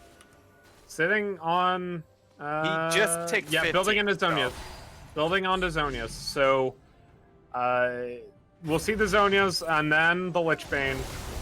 And then it's GG if he can get to that point. Jeffrey Epstein, though, might be caught out. Gets taken down to half health. Gets taken down by the collateral damage. Blue Caboose still picks up the kill. As the called Forge God lands on a Hypnotic Viper. A good Solar Flare to disengage, though. A good disengage, but now, I mean, the Senna pick is kind of massive at the moment because she's at 75 stacks. Very, very close to getting that magic number 80, which gives her an extra 100 range, which turns her into a 700 range AD carry, and that is very annoying to deal with. Jeffrey Epstein, 9 seconds left. Here comes Greatscruff, though, in a 1v2. I should say a 1v1. Sorry, the Wukong clone had me confused for a second. 1v1 Turco's and a down in half. the bot lane. No, that would be Kassadin versus an Azrael Yumi. Ah. Well, Or an Olaf Yumi. Or anything with Yumi. anything with Yumi. That is, Here comes Jeffrey Epstein, though. Why are you so far forward in these fights? You can't offensively kite at the moment. yeah, and I think maybe Caboose is now at 80? No, at 78. Not quite there. This needs two Oh, more. the dragon's falling. They can't let the soul go over. What are you doing? Well, it looks like they are okay with giving this up, which, is it worth giving the game over? So, I'm actually okay with them giving that up. Call the Forge But- God. On to 2. There goes Jeffrey, Jeffrey Epstein. Caught and lives despite, but he blows himself out because of the Buster shot. That'll be the Baron. And should be the game for World Class Blank. Yeah, so I was okay with them giving away the dragon there. Not really pleased with Jeffrey giving away his life, though. That's kind of one of those things that a little bit iffy there, as they are able to get themselves their second Baron, and this should be the impetus to end the game here. They're, again, with a Kassadin on your team, you're not going to be able to clear as well as pretty much any other mid laner, and relying on the Ash wave clear is just not enough here, and there's just such a vast difference in EXP on a lot of these members besides the mid lane. You have a pretty large EXP in top lane, jungle, and a little bit in the bot lane. Yeah, now Karina actually hits level 16 before Greatscruff, who is going to be caught out here. Rocket jump forward, bomb lands. Greatscruff caught in the collateral damage, but he pops his Zoni's Hourglass just in time as the bomb does not do the damage through the Seraph's Embrace. Yeah, the Seraph's Embrace actually didn't eat up any of the damage because it exploded when he was still in Zania's, but Here as a comes result, Forge God, though. Two-man dead. knock up. Flash forced out of the way from Hypnotic Viper's great homie ends up falling. Knock up, and Alex Carino goes and picks that one up. Greatscruff now. Gotta try to put the team on his shoulder, but here comes Blue Caboose. Ends up getting the Cyclones down. Great Jace goes down as well. Greatscruff still alive, but he's the last one. 1 for 4. His shutdown lands on his Tristana. That should be game. Greatscruff rooted up by the Senna, taken down low. The knock-up lands, and we're going to game 3. and World Class Blank come back roaring on the back of this Tristana last pick. Going 7, 4, and 3, really shutting down the Kassadin for the majority of that lane phase. The Kassadin was able to find some openings, and it really just... The Ashe pick is underwhelming, Finnick. The Ashe builds are just not cutting it for me. She's still hotly contested. I don't understand why both teams are first picking her. I feel like you could first pick jungle priority given the jungle matchup is a thing here, but I mean, if you're gonna first pick an AD carry, she's fine, but I don't know. I feel like it's back to the drawing board with the EQ like draft. I liked this draft before the game. We said it.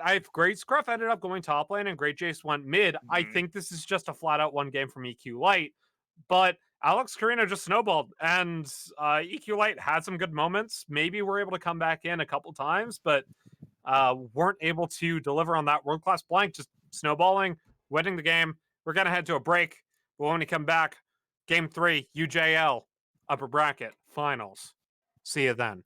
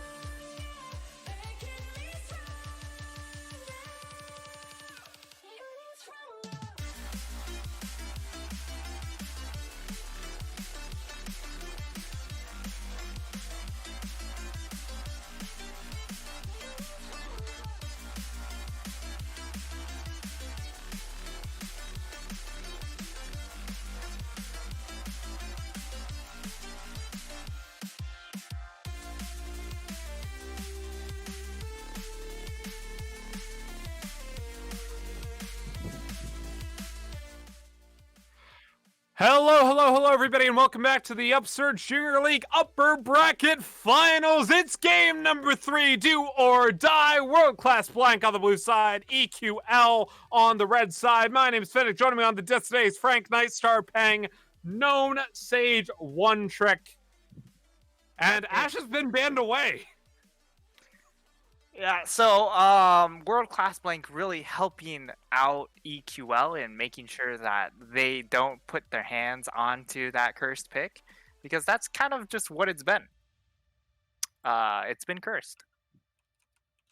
Yeah, 0% win rate across 2 games. Cursed, definitely. Cinder being banned away here. So, Caitlyn blind pick this time around for World Class Blank. Has been rising in popularity, especially with the Morgana changes. I think she got changed. I don't know. Caitlyn Morgana's been coming back up in popularity. I'm not sure why, but it's been coming back up in popularity. It's the Caitlyn changes. The Caitlyn changes. I think Morgana gets changed next patch. Oh, that's right. Yeah. Because we all love Caitlyn Morgana. Ezreal Karma being picked up by EQL. No surprise there. It's so good. I think Karma definitely should be the pickup here, though, because Morgana does a lot better into Karma than the set did, and she's available. You could also go for Swain. Caitlyn Swain's a combination. You play Swain. Pick one of the two, please. Please, I'm begging you. Yeah, it allows you to play super aggressive, also allows you to continue to push into that lane. Instead, they go Nautilus here, which is very cursed, because Caitlyn wants to play aggressive in lane, but when it comes to team fights, she wants to kind of peel back more so, and Nautilus prevents her from doing that because he just wants to keep running forward. And against the Nazriel Karma, that is very, very difficult to do. And EQL do this time around get their hands onto the Shen pick without it getting banned in the second phase. Yeah, so Shen is being picked into the Ornn here. Not seen as a counter matchup for the Ornn. However, Shen is still very strong right now. Especially when you go for the Titanic Hydra into tank build. Like, he can be super oppressive early. In lane, definitely will be a global powerhouse and global presence. EQL has picked 1-3-1 comps for the past 2 games, so I assume that's what they're going to go for this time around as well. We'll see what their mid laner is probably as the last pick, as they will pick their jungler here for R4. They should. Cassidy being banned away, Galio was already banned as well. I think World Class Blank needs to ban another AP Assassin. I think Akali's another one, as well as LeBlanc that EQL's mid laner does play. They ban away the LeBlanc, so you're going to need to pick something very safe in the mid lane. My money is on the Orianna for World Class Blank here, but we'll see after the EQL jungle pick. Yeah, there's certainly a lot of options for Alex Carino. And I mean, he's shown a willingness to play a lot of champions. We could also see something like the Pantheon to apply a little more global pressure. Pantheon's already been banned. Oh, wait, just kidding. The Pantheon is banned, but I would say something like, I mean, you mentioned the Orianna. He has also played things like the Ziggs before, so that might be something he's willing to try here as well. But the Orianna does get hovered, and this would provide a very good team fight composition for World Class Blank. I'm gonna say something very controversial. Don't pick the Graves here into the Skarner. It didn't work well with game number 1. You need available. Just pick Trundle. It's a Shen Skarner. Do it. Yeah, Trundle would provide a lot of really good disengage, which is exactly what this composition would love to have. Silas doesn't really provide disengage, but what it does allow you to do is use Stand United and Impale. So I think that's what AM Trick was thinking of when he went for the Silas pick, but I can't be completely sure. But it is pretty nice. Bad right now. I mean, Silas is going to find value as a jungle pick. Not very good. And for the Skarner, this is actually a matchup that Skarner can just look to invade because of how strong the changes are on the Skarner and the fact that around these spires, he's pretty much invincible. Yeah, and Silas just has such a low clear, or such a slow clear. Like, that's like, it can work, but you need to play around your lanes, and it's quirky Orianna. Like, I'm not sure why EQL opted to pick that matchup. I think it's slightly Orianna favored, but like, it's like, you need to be super gank focused, and we didn't see that from the Graves either gang. I think Trundle's just a better pick here. I don't know. Maybe maybe it's just my gold analysis speaking here.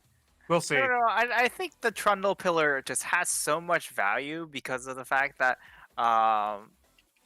you do want to disengage it really well against the Skarner. Also just puts terrain in front of a Skarner, which you can't go around terrain. While the rest of the team can very much so, you're only really worried about that Skarner providing big issues for your squad. So also being able to strip away resistances onto things like the Shen and Skarner does help the Caitlyn a lot in this mid game. But that's not the pick we're going to see here, and instead we're going to see Silas. So again, we mentioned it, the Silas clear, not that great, will scale really well. It's just a matter of, can he actually get to that scaling point against this Skarner?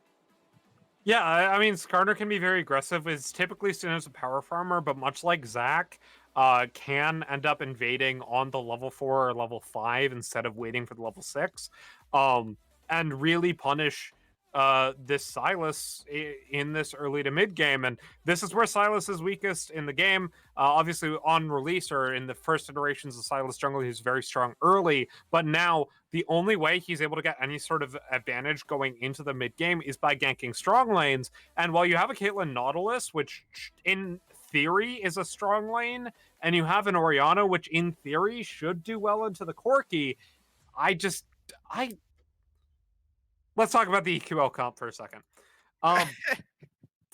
Shen, Skarner, Corki, Ezreal, Karma. My oh my, another scaling comp for EQL. This time, less 1-3-1 heavy though.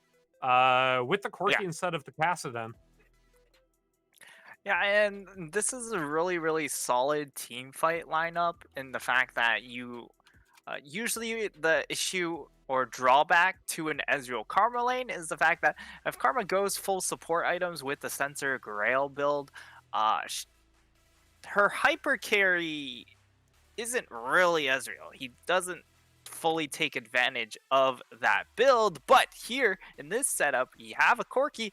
Corki definitely can take advantage of everything that a Karma does have to offer for him. So we should see a lot of damage being poured out by Great Scruff here. He is the main carry we should be watching out for in these mid to late game team fights. And on the flip side, it really just comes down to Orianna making sure she gets those nice disengage ultimates to keep the Shen Skarner away and create the space for the Caitlyn and the Sylas to operate.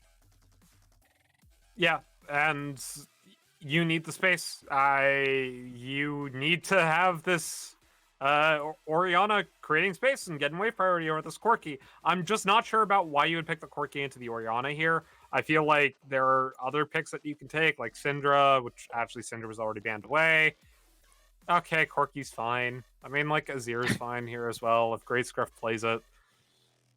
It's just such a boring lane. It could have been Kog'Maw. It could have been, yeah, but then you would pick the Lulu instead of the Karma if you went for Kog'Maw. Well, it would be like a poke Kog'Maw.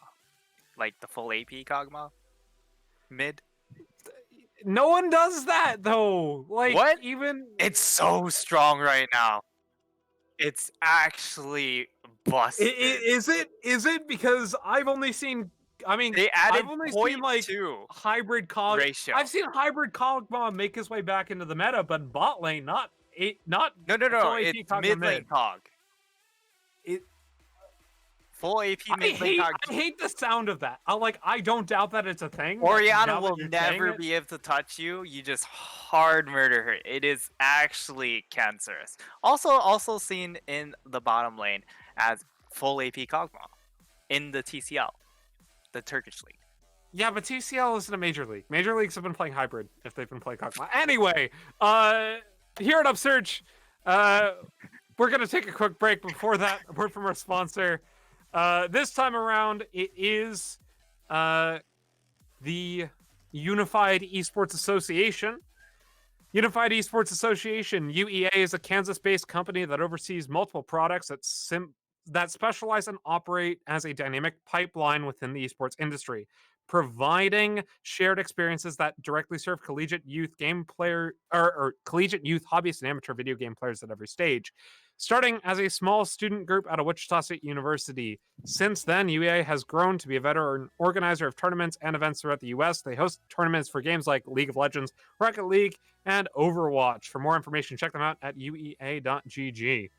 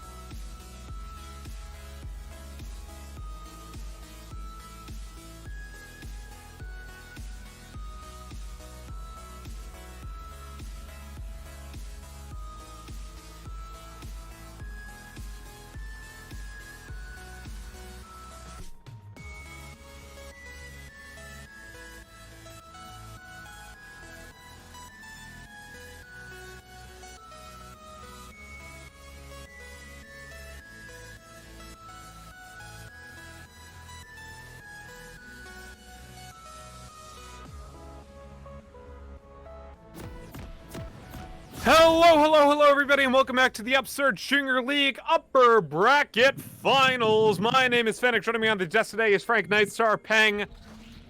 It's game number 3, do or die, world class blank on the blue side, EQ light on the red side. And we are in a 5 points.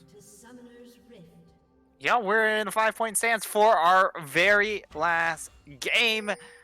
Winner of this game will go on to the grand finals, and we've got some action. Some action.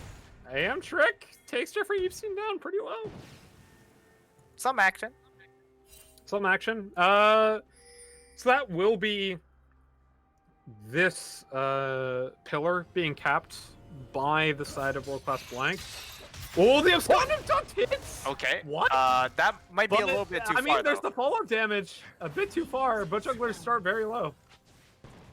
Yeah, Jeffrey's actually going to continue to try and channel his recall. And he realizes that if he were to go through with it, he would never be able to get a leash. And since he started to E, he does need a leash to actually take these jungle camps. So, yeah, I would say good start for AM Trick on this Silas because he was able to chunk out the Skarner early on, and that's gonna slow him down considerably.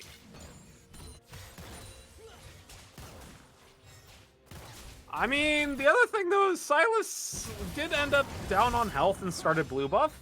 So while Skarner is able to just use the red buff regen, like, this clear does become a lot harder for Trick. Like, yeah, I mean, it's certainly not both of these junglers are not going to be speed running through the jungle. I think we can agree on that because of the fact that Epstein or Jeffrey did take a decent chunk of damage early on. I expect to see him go for the recall after this. After he takes his Krugs, and I mean, Ezregus ended up taking a bad trade because of the fact that he had to help leash and just doesn't win out on level 1 against a very, very strong Shen now at level 1. yeah, Shen buffs galore. Feels nice, man, as someone who occasionally does partake in the Shen, if I'm not partaking in the Malphite or the Karma. But here comes Trick. In the bot lane, hook lands, looking for the absconded duck. He hits it, flush out of the way, but the ignite's already there, and the first blood lands! Mating boost, picking up the kill. Good start for World Class Blank, and this is what we needed the Silas to do in this early game. Yeah, and that was actually really, really good setup coming in from that bottom lane. And for Great Homie, he ends up hovering towards the top half of that lane, and that actually sets him up for disaster because if the Nautilus hook does land, the follow-up would come from that top half. Oh, here comes as a Jeffrey result- Epstein, though. On Alex Carino, lands the stun. Damage comes in from the Corki. Don't you just love inherent Grievous wounds? It's a good great. time. It's the good time. I mean, Clad, Corki. I was sure that taunt landed, but I guess it didn't, as Ragat's still gonna flash out of the way, though. I mean, Shen's level 1 is disgusting. Like, you can't disrespect it. Yep. And I mean, as a result, like, he just gets so much advantage out of here. Ezregus will be forced to use the teleport to get back into lane, and Great Jace, it's just... I don't know why the Shen buffs had to come through, but the Shen buffs came through, and now we have this abomination. I mean, he was already a counter to the set, but now he's much more blind pickable. He was At already the moment, pretty solid. yeah, but he's like, so at the moment he's around 200 gold away from his Tiamat spike. Yes, Shen has a Tiamat spike. It's disgusting. Trick comes up to see Great Jace, but he will just go ahead and be alright for now. Pops the Q in Spirit's Refuge. Yep, and he has one of the other things about Shen is the fact that he has the ability to just easily freeze waves in these melee v melee matchups, which can be a little bit difficult to do because of the fact he has Spear's Refuge, which allows him to just cut waves nice off. taunt. Great taunt from Great Jace there. Asragus should hit level 6 before him, though, just because Jace is under tower. There's the knock-up and the brittle proc. Yep. Okay. Okay. All right. Gets the Bomby Cinder. I like that in tank v tank matchups, generally speaking, but I feel like you want to go for the Tiamat before you build Bomby Cinder, even in tank v tank. As the Shen, feel free to disagree with me on that one, though. I personally would have looked to grab a tier 2. Just because the Bomby Cinder and the Tiamat, just as a first item in this matchup, when you have the ability to just hard deny Ezregus, who, looking in these first 2 games, has mismanaged waves quite often, you can just hard punish that tendency. But nice punish from Jeffrey Epstein, though. Ends up getting caught in the Abscond of Duck into the Chain Clash. Great Scruff's here. Here comes the pull of the Shen ultimate. Alex Carino ends up flashing. Here comes the Orion ultimate. Shockwave lands, but it's all too little. It's all too late. Jeffrey Epstein flashed from the wall, but he gets caught by the auto from Navy Caboose. It's 1 for 1. Here comes AM Trick, looking for more, but he might go down. Taken down, Blue Caboose, the next one to fall. It might be disastrous for World Class. I mean, EQ, World Class is the one winning the fight. I don't know which team is which. I meant it's World Class Disaster, not EQ Light. That was a journey. 3 for 1 in favor of EQ Light. I need to remember which team is on which side of the map. yeah, it ends up being a bit of a world-class disaster there, as we decided to have a, what was it, 5v4 fight for Everyone except for Azragus there was there. yeah, we had a 5v4 around a red buff when red buff wasn't actually up. I mean, Stan United, like, such a huge spike, and Great Scruff was able to use it effectively as Ragus not able to grab a knock-up in time to stop it, so really well played. Alex Carino ended up getting a nice shockwave in that fight, but he still ended up going down before any follow-up damage went over. Great Jace, though, is matching the Oriana. Here comes Great Scruff. Call the Forge God, gets the knock-up, but he flashes. Actually, a really good flash coming out from Here comes Trick. Great Scruff, but The dive as Ragus taking up the tower of Scond Abduct into the chain slash, but it will be a trade. Shutdown lands on to Trick. So it is worth it in gold for World Class Blank. yeah, the Oh, trade-off- but that's an 8-minute Monamune. yeah, Manamune completed at 8 minutes. Definitely a very, very nice path coming in from the Corki, and he should be looking at a much earlier than expected Muramana. So usually for the Corki, you're waiting to complete the Muramana usually after the Triforce ends up getting completed, but in this case we might end up seeing the Muramana being completed about the same time as that Triforce, and that would be very, very good for their mid-game team fights, which is exactly what this team is looking for. Nice arcane shift.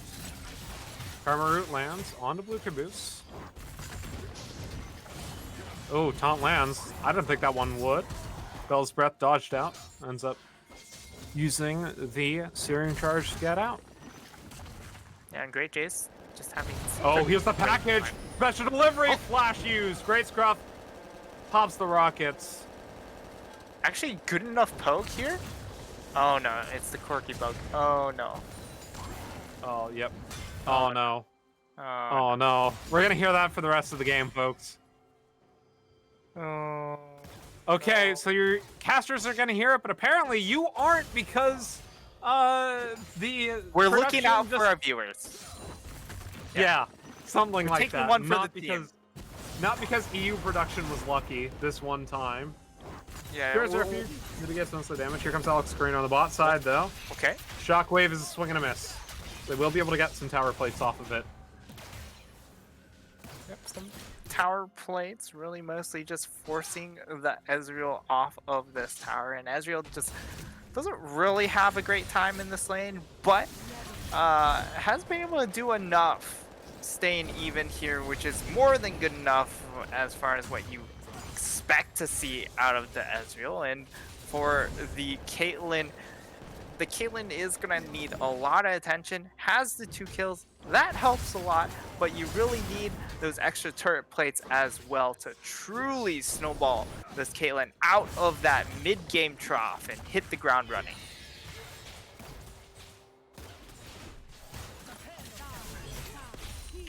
Whew! Yeah, that's a lot of damage. It's a whole lot of fun.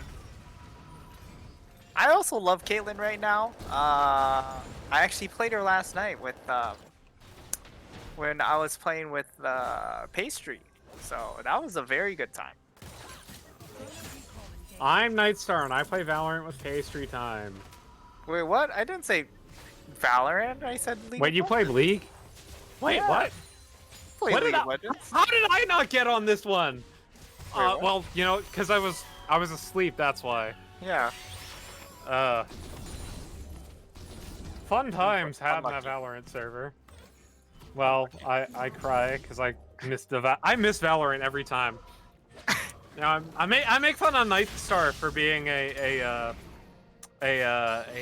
known Sage one trick, but you know what is better than being a Phoenix one trick who cannot play for the life of him because the 5 stacks always at a time he's not available. We also see Tiamat actually built on into the Skarner pick. I don't think we saw Tiamat last time. Was that correct? No, we didn't. Yeah. And this is before his enchant too. I mean, it helps with the clear a bit, I guess. Yeah, he's basically playing Farm Simulator this time around, knowing that the Sylas isn't going to be able to farm as well as him. Oh, taunt lands. Here comes Great Scruff.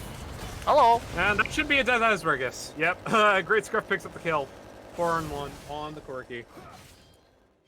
Yeah, so, I mean, we've seen what Ezregus can do with the Ord in these team fights, but once again, the lane management doesn't feel quite all there. So that could be a concern going into Grand Finals. Of course, you got to make it there first, and with how even this game is, it really could just go either way.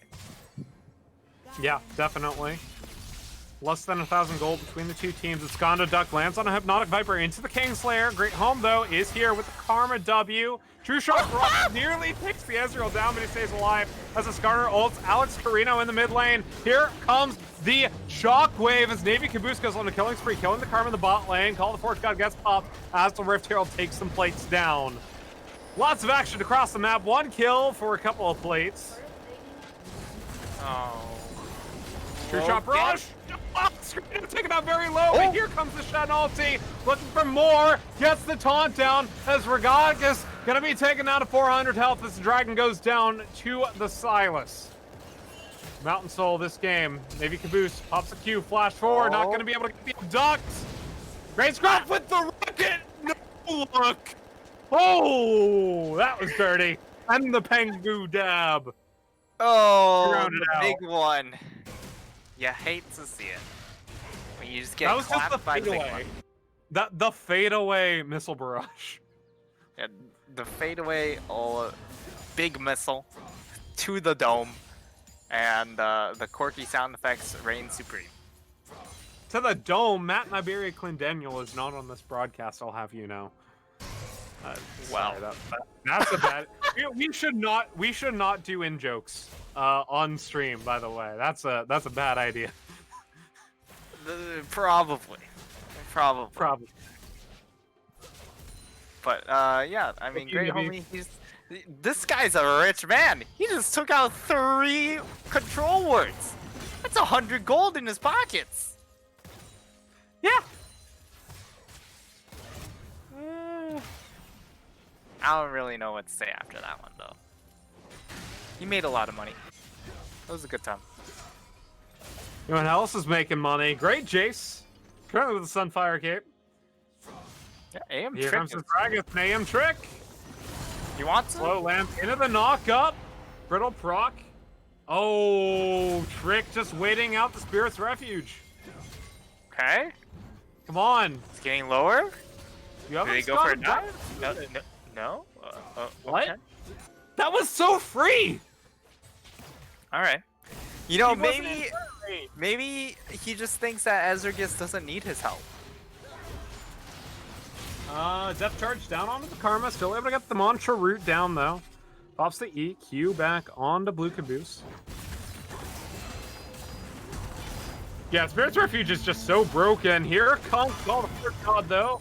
Great Jace taking down to 1/3 health. Q lands, flash forward. The Q will get the slow down, but Great Jace still falls as Ezra, I guess, picks it up with the Bellow's Breath. Yeah, maybe he okay. just thought he didn't need the help. See, I told you. You know what? All good by me. In the hood. Look, I'm from middle-class Whoa. Atlanta area. I can't say that phrase. Oh. Well, bot lane turret is getting very close to being taken down, and I mean, for the most part, we're just kind of waiting for these next 2 minutes to pass for the Mountain Dragon to spawn. That You've should be the seen, next though, point of interest, as both um, junglers say hello. Impale has been stolen. So you think Impale is broken? Watch, an Abscond abduct into an Impale. Because now it's Impale with a gap closer. Yeah, and it does also more damage, I believe, because you get the AP ratio from Silos. Yeah.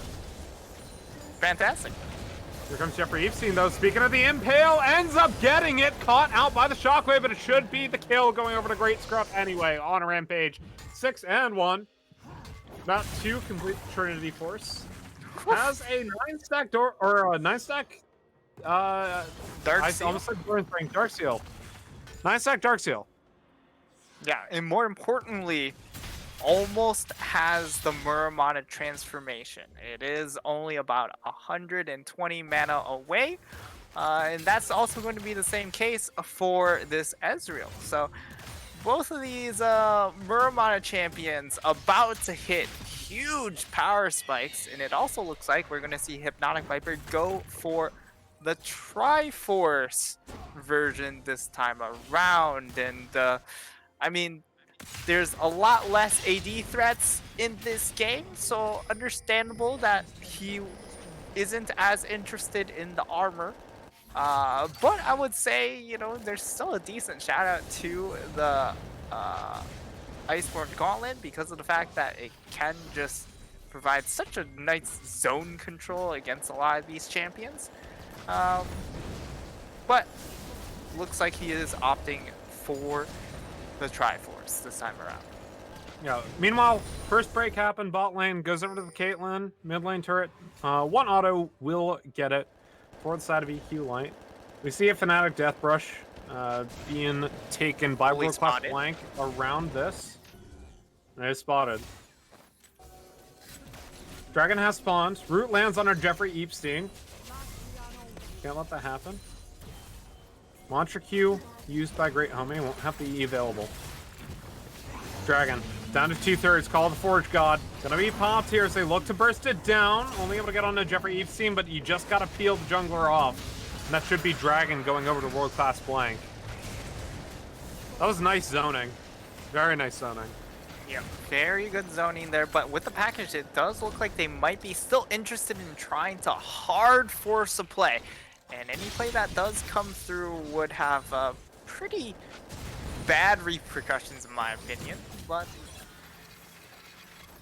maybe they still commit. They do have a pretty deep flank They're coming looking in. for the flank. Uh-oh. They have it. Ah, but the Shockwave lands, able to get the depth charge down as well. Jeffrey Epstein falls so quickly as Alex Carino picks it up, flash over the wall, able to get the kill onto the Karma as well. The root lands on the Great Jace, flashing, tanks up the ace in the hole, but he gets caught out by the Abscond Abduct. Should stay alive a little bit through the Spirit's Refuge, but the double kill comes through. It's 3 for 0 for the tower. World Class Blank pick up fight. Yeah, and I'm gonna say that's pretty worth for world class there. After a world class disaster around the red buff here, they have a bit of a world class comeback play, and that helps them a whole lot in the fact that they were able to get bot lane tower. They were able to get the first brick in that bot lane because of that. Also a dragon, and also 3 kills. So a whole lot of advantages swinging back their way. Ah, my ears. Yeah, the Corky bug is fun. Good thing you guys don't have to hear it. I hate everything. It's fine though. This is the normal state of being for someone who lives the northern suburbs of Atlanta. Yeah, well, we do have both of the Murmas now completed, so this is where the side of EQL are. By the way, it is probably Iceborne the Gauntlet, strongest. that's real. Yeah, now I'm just left wondering what the longsword. I mean, maybe he just had 350 gold. Yeah, Like, I'd rather have this than a mana crystal. I suppose he's looking for Bladed Rune King or the Death Stance. Death Stance. Death Stance is the next item. So both of those would build out of the longsword. So not a huge issue with the next item, but certainly delayed the Iceborne Power Spike. Rip the knockup from his Ragus, Jeffrey Epstein. Gonna get some damage down as the Rift Tower will spawn mid, should fall before the tower gets taken. Jeffrey Epstein now on his Ragus, gets the Impale down. Great Jace with the taunt, but Hypnotic Viper is nowhere near the fight. Call the Forge God, gets the knockup, and Grace Jace falls. Huh? So, great catch, except you didn't have your damage. That was a great arcane shift from Hypnotic Viper, but like... Oh, there's the ulti. Back in to the depth charge. It's got him duck. He's down under tower. Great homie falls. Jeffrey Epstein rooted up. Shutdown lands, though, as well be a jungler for support. 2 for 1 thus far, including the Shen falling down. And here we see the battle of 2 different marksmen coming up in this top side. He's really a marksman. Well, he does do marksman things. He builds like a marksman, but he ain't a marksman. He does marksman things. He does 85% magic damage. Whoa! Marksman doesn't mean you do Luke 8 Caboose, though. damage. Might be in You a bit just- of trouble here. Shen gonna pop the ultimate, gets the taunt down, will be able to get the kill, but it's 2 for 3 at the moment as Hypnotic Viper makes his way into the fight. Nice pickup onto the enemy support, and that will be the mid lane turret falling. So go on. Yeah, it doesn't mean you have to just do AD damage. It's just that sort of type of champion, you know? By Where that you're logic, mostly auto attack Azir is- reliant. by that logic, Azir is a marksman. I mean, he pretty much plays the same as a marksman. Let's be real here. By that logic, Teemo is a marksman.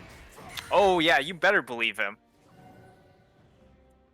By that logic, Kale is a marksman. And Well- she's melee for 6 levels.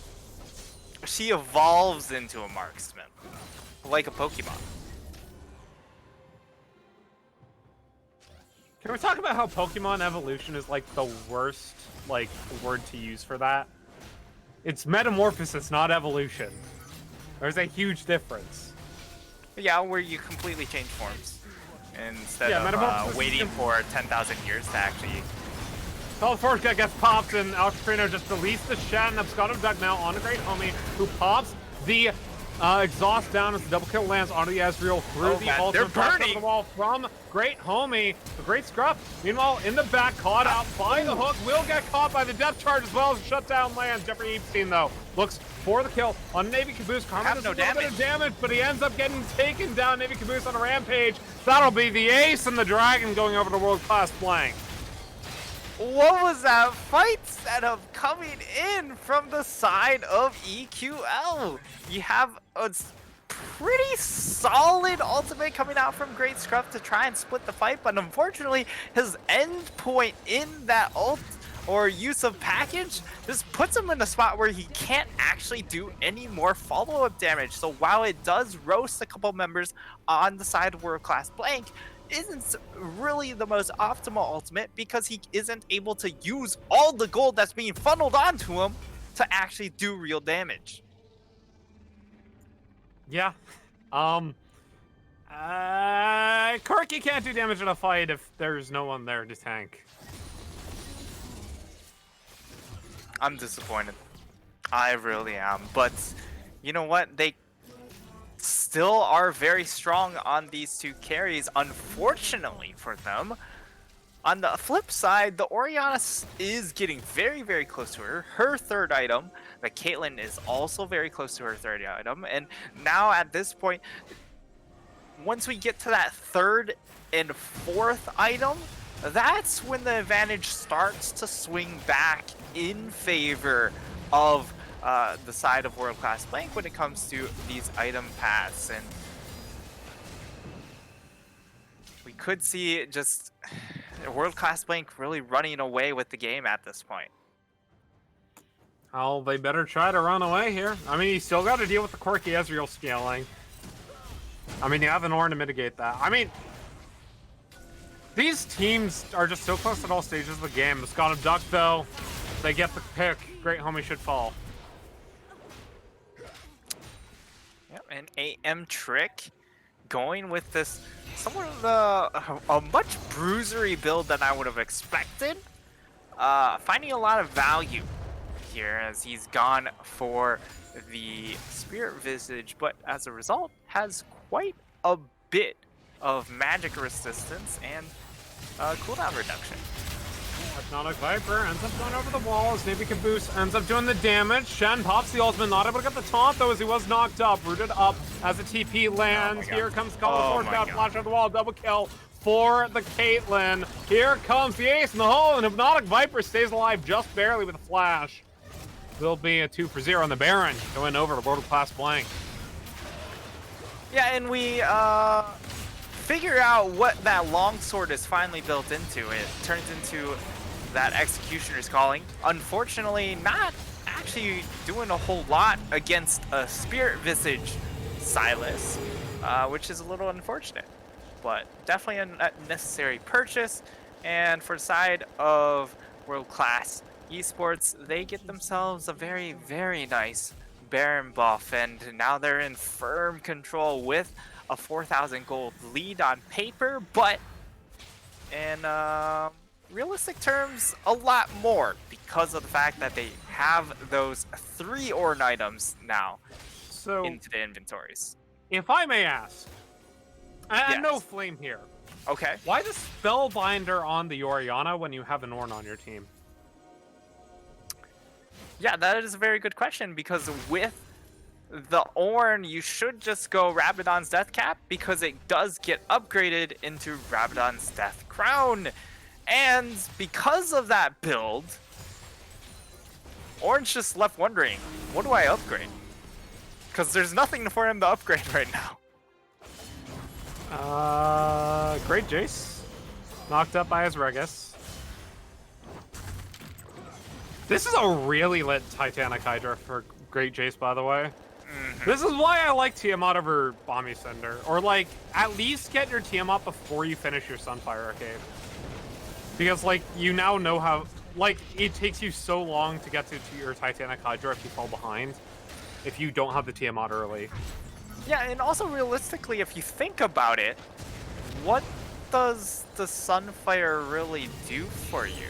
This should have been a very early Spectre's Cowl into the Tiamat, maybe, and then you complete the Titanic Hydra, and then you would look for something like the Adaptive Helm or the Spirit Visage, and you just hard stack magic resistance here. You would love to have one armor item because it is a Caitlyn who's starting to get snowballing here. But I mean 30 minutes is hardly a magic. snowball. This is hardly a snowball. This was close until it wasn't. Come on. Yeah, It still is close though. but Impale it's taken out. mostly magic damage, and you just need that magic resistance. And now we just have to keep our eyes out on Lucabuse gets a nice engage. Here comes Call of Force gone. Oh, he's right gone. back into the Oriana Shockwave. There goes the fight. And it's only the Skarner remaining. Skarner to duck into the chain lash. Jeffrey Epstein tries to kite away, tries to get the dragon from going down, but he already knows its fate is sealed. There, Abscond of Duck should seal the fate. The ace lands, and World Class Blank should end up just running in and winning the game here. That should just be it here, as I mean, EQL had a great early momentum in this game. They also had a great time in the series for certain portions of the time, but now it's come to an end. And World Class Blank, they managed to have a world-class turnaround as they take the series 2-1. Yeah, really well played from World Class Blank with the reverse sweep here. Game number 2, definitely they had a bit more of a snowball here, but this game was all about small advantages, right? They were able to deal with this Corki who got ahead early, start making their way back. The game was really close, and then the last 5 minutes, they just completely took over this game off the back of 2 team fights. Yeah, it really just, once it got to that team fight phase, World Class Blank, they knew how to play them out. And on the flip side, you just were left with a state of confusion. At least that's what I felt from the side of EQ Lights. And while it was unfortunate that they weren't able to come out with the dub, they all do still have a second chance coming in down into that loser or lower bracket finals. So hopefully they're able to bounce back and we get to see a rematch in the grand finals. Yeah, losers, or lower bracket finals, I should say, going to be here next week, same time, same place, Upsurge Esports Twitch channel. Make sure you go ahead and leave the follow if you haven't already. From everyone here at Upsurge, admins, league staff, production crew, my name is Finnick, joined by Nightstar Production, Reed HD, and we will see you next week.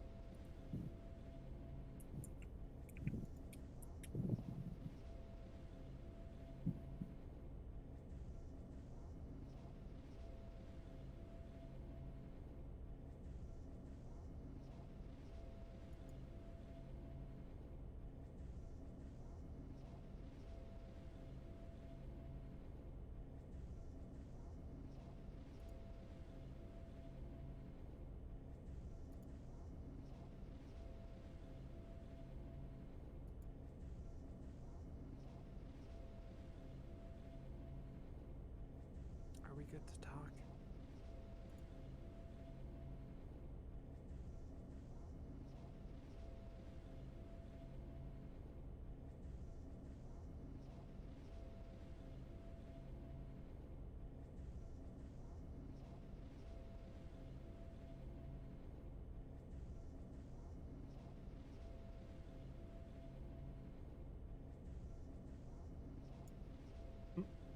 Nice story, I think we're good to talk, by the way. Yeah, I didn't hear 'cause- the casters, and we already rated as well. Yeah, cool. Where is my announcement from Reed? I refuse. Oh no. Alright. Game 1 was really rough, but that was better. Whew. So now the overall series is tied 1-1. So we just need to see the run back. True. What if it's a world class versus world class finals? It will Sorry, be a what did you world-class final. You're all World yeah, class you're final. right. Let's go. Let's go. It's so dope. All right. But yeah, I hope Reed gets off soon. I know it's late for him. All right. Paul, how are you feeling? How am I feeling? It's a Monday, bro. I heard I got accepted to my grad program, so I'm living off that Nice. high. Yeah. How about you guys? Nice. You're high. Oh Yeah, no. living Pretty off that alright. high. Getting pretty Uh, alright. Night Star, rock paper scissors, me. Mhm. Wait, what? Why? Oh, for the last slot. So, by Yeah. the way, Azir, Teemo, Oh Uh, God, no. What are Azir you and trying to Teemo do? are classified canon as marksmen. But Kennen doesn't even rely on auto attacks anymore. It's classified as a marksman. And Alright. Corki. I'm going to reboot so I can play some Valorant. Yeah. But yeah, So I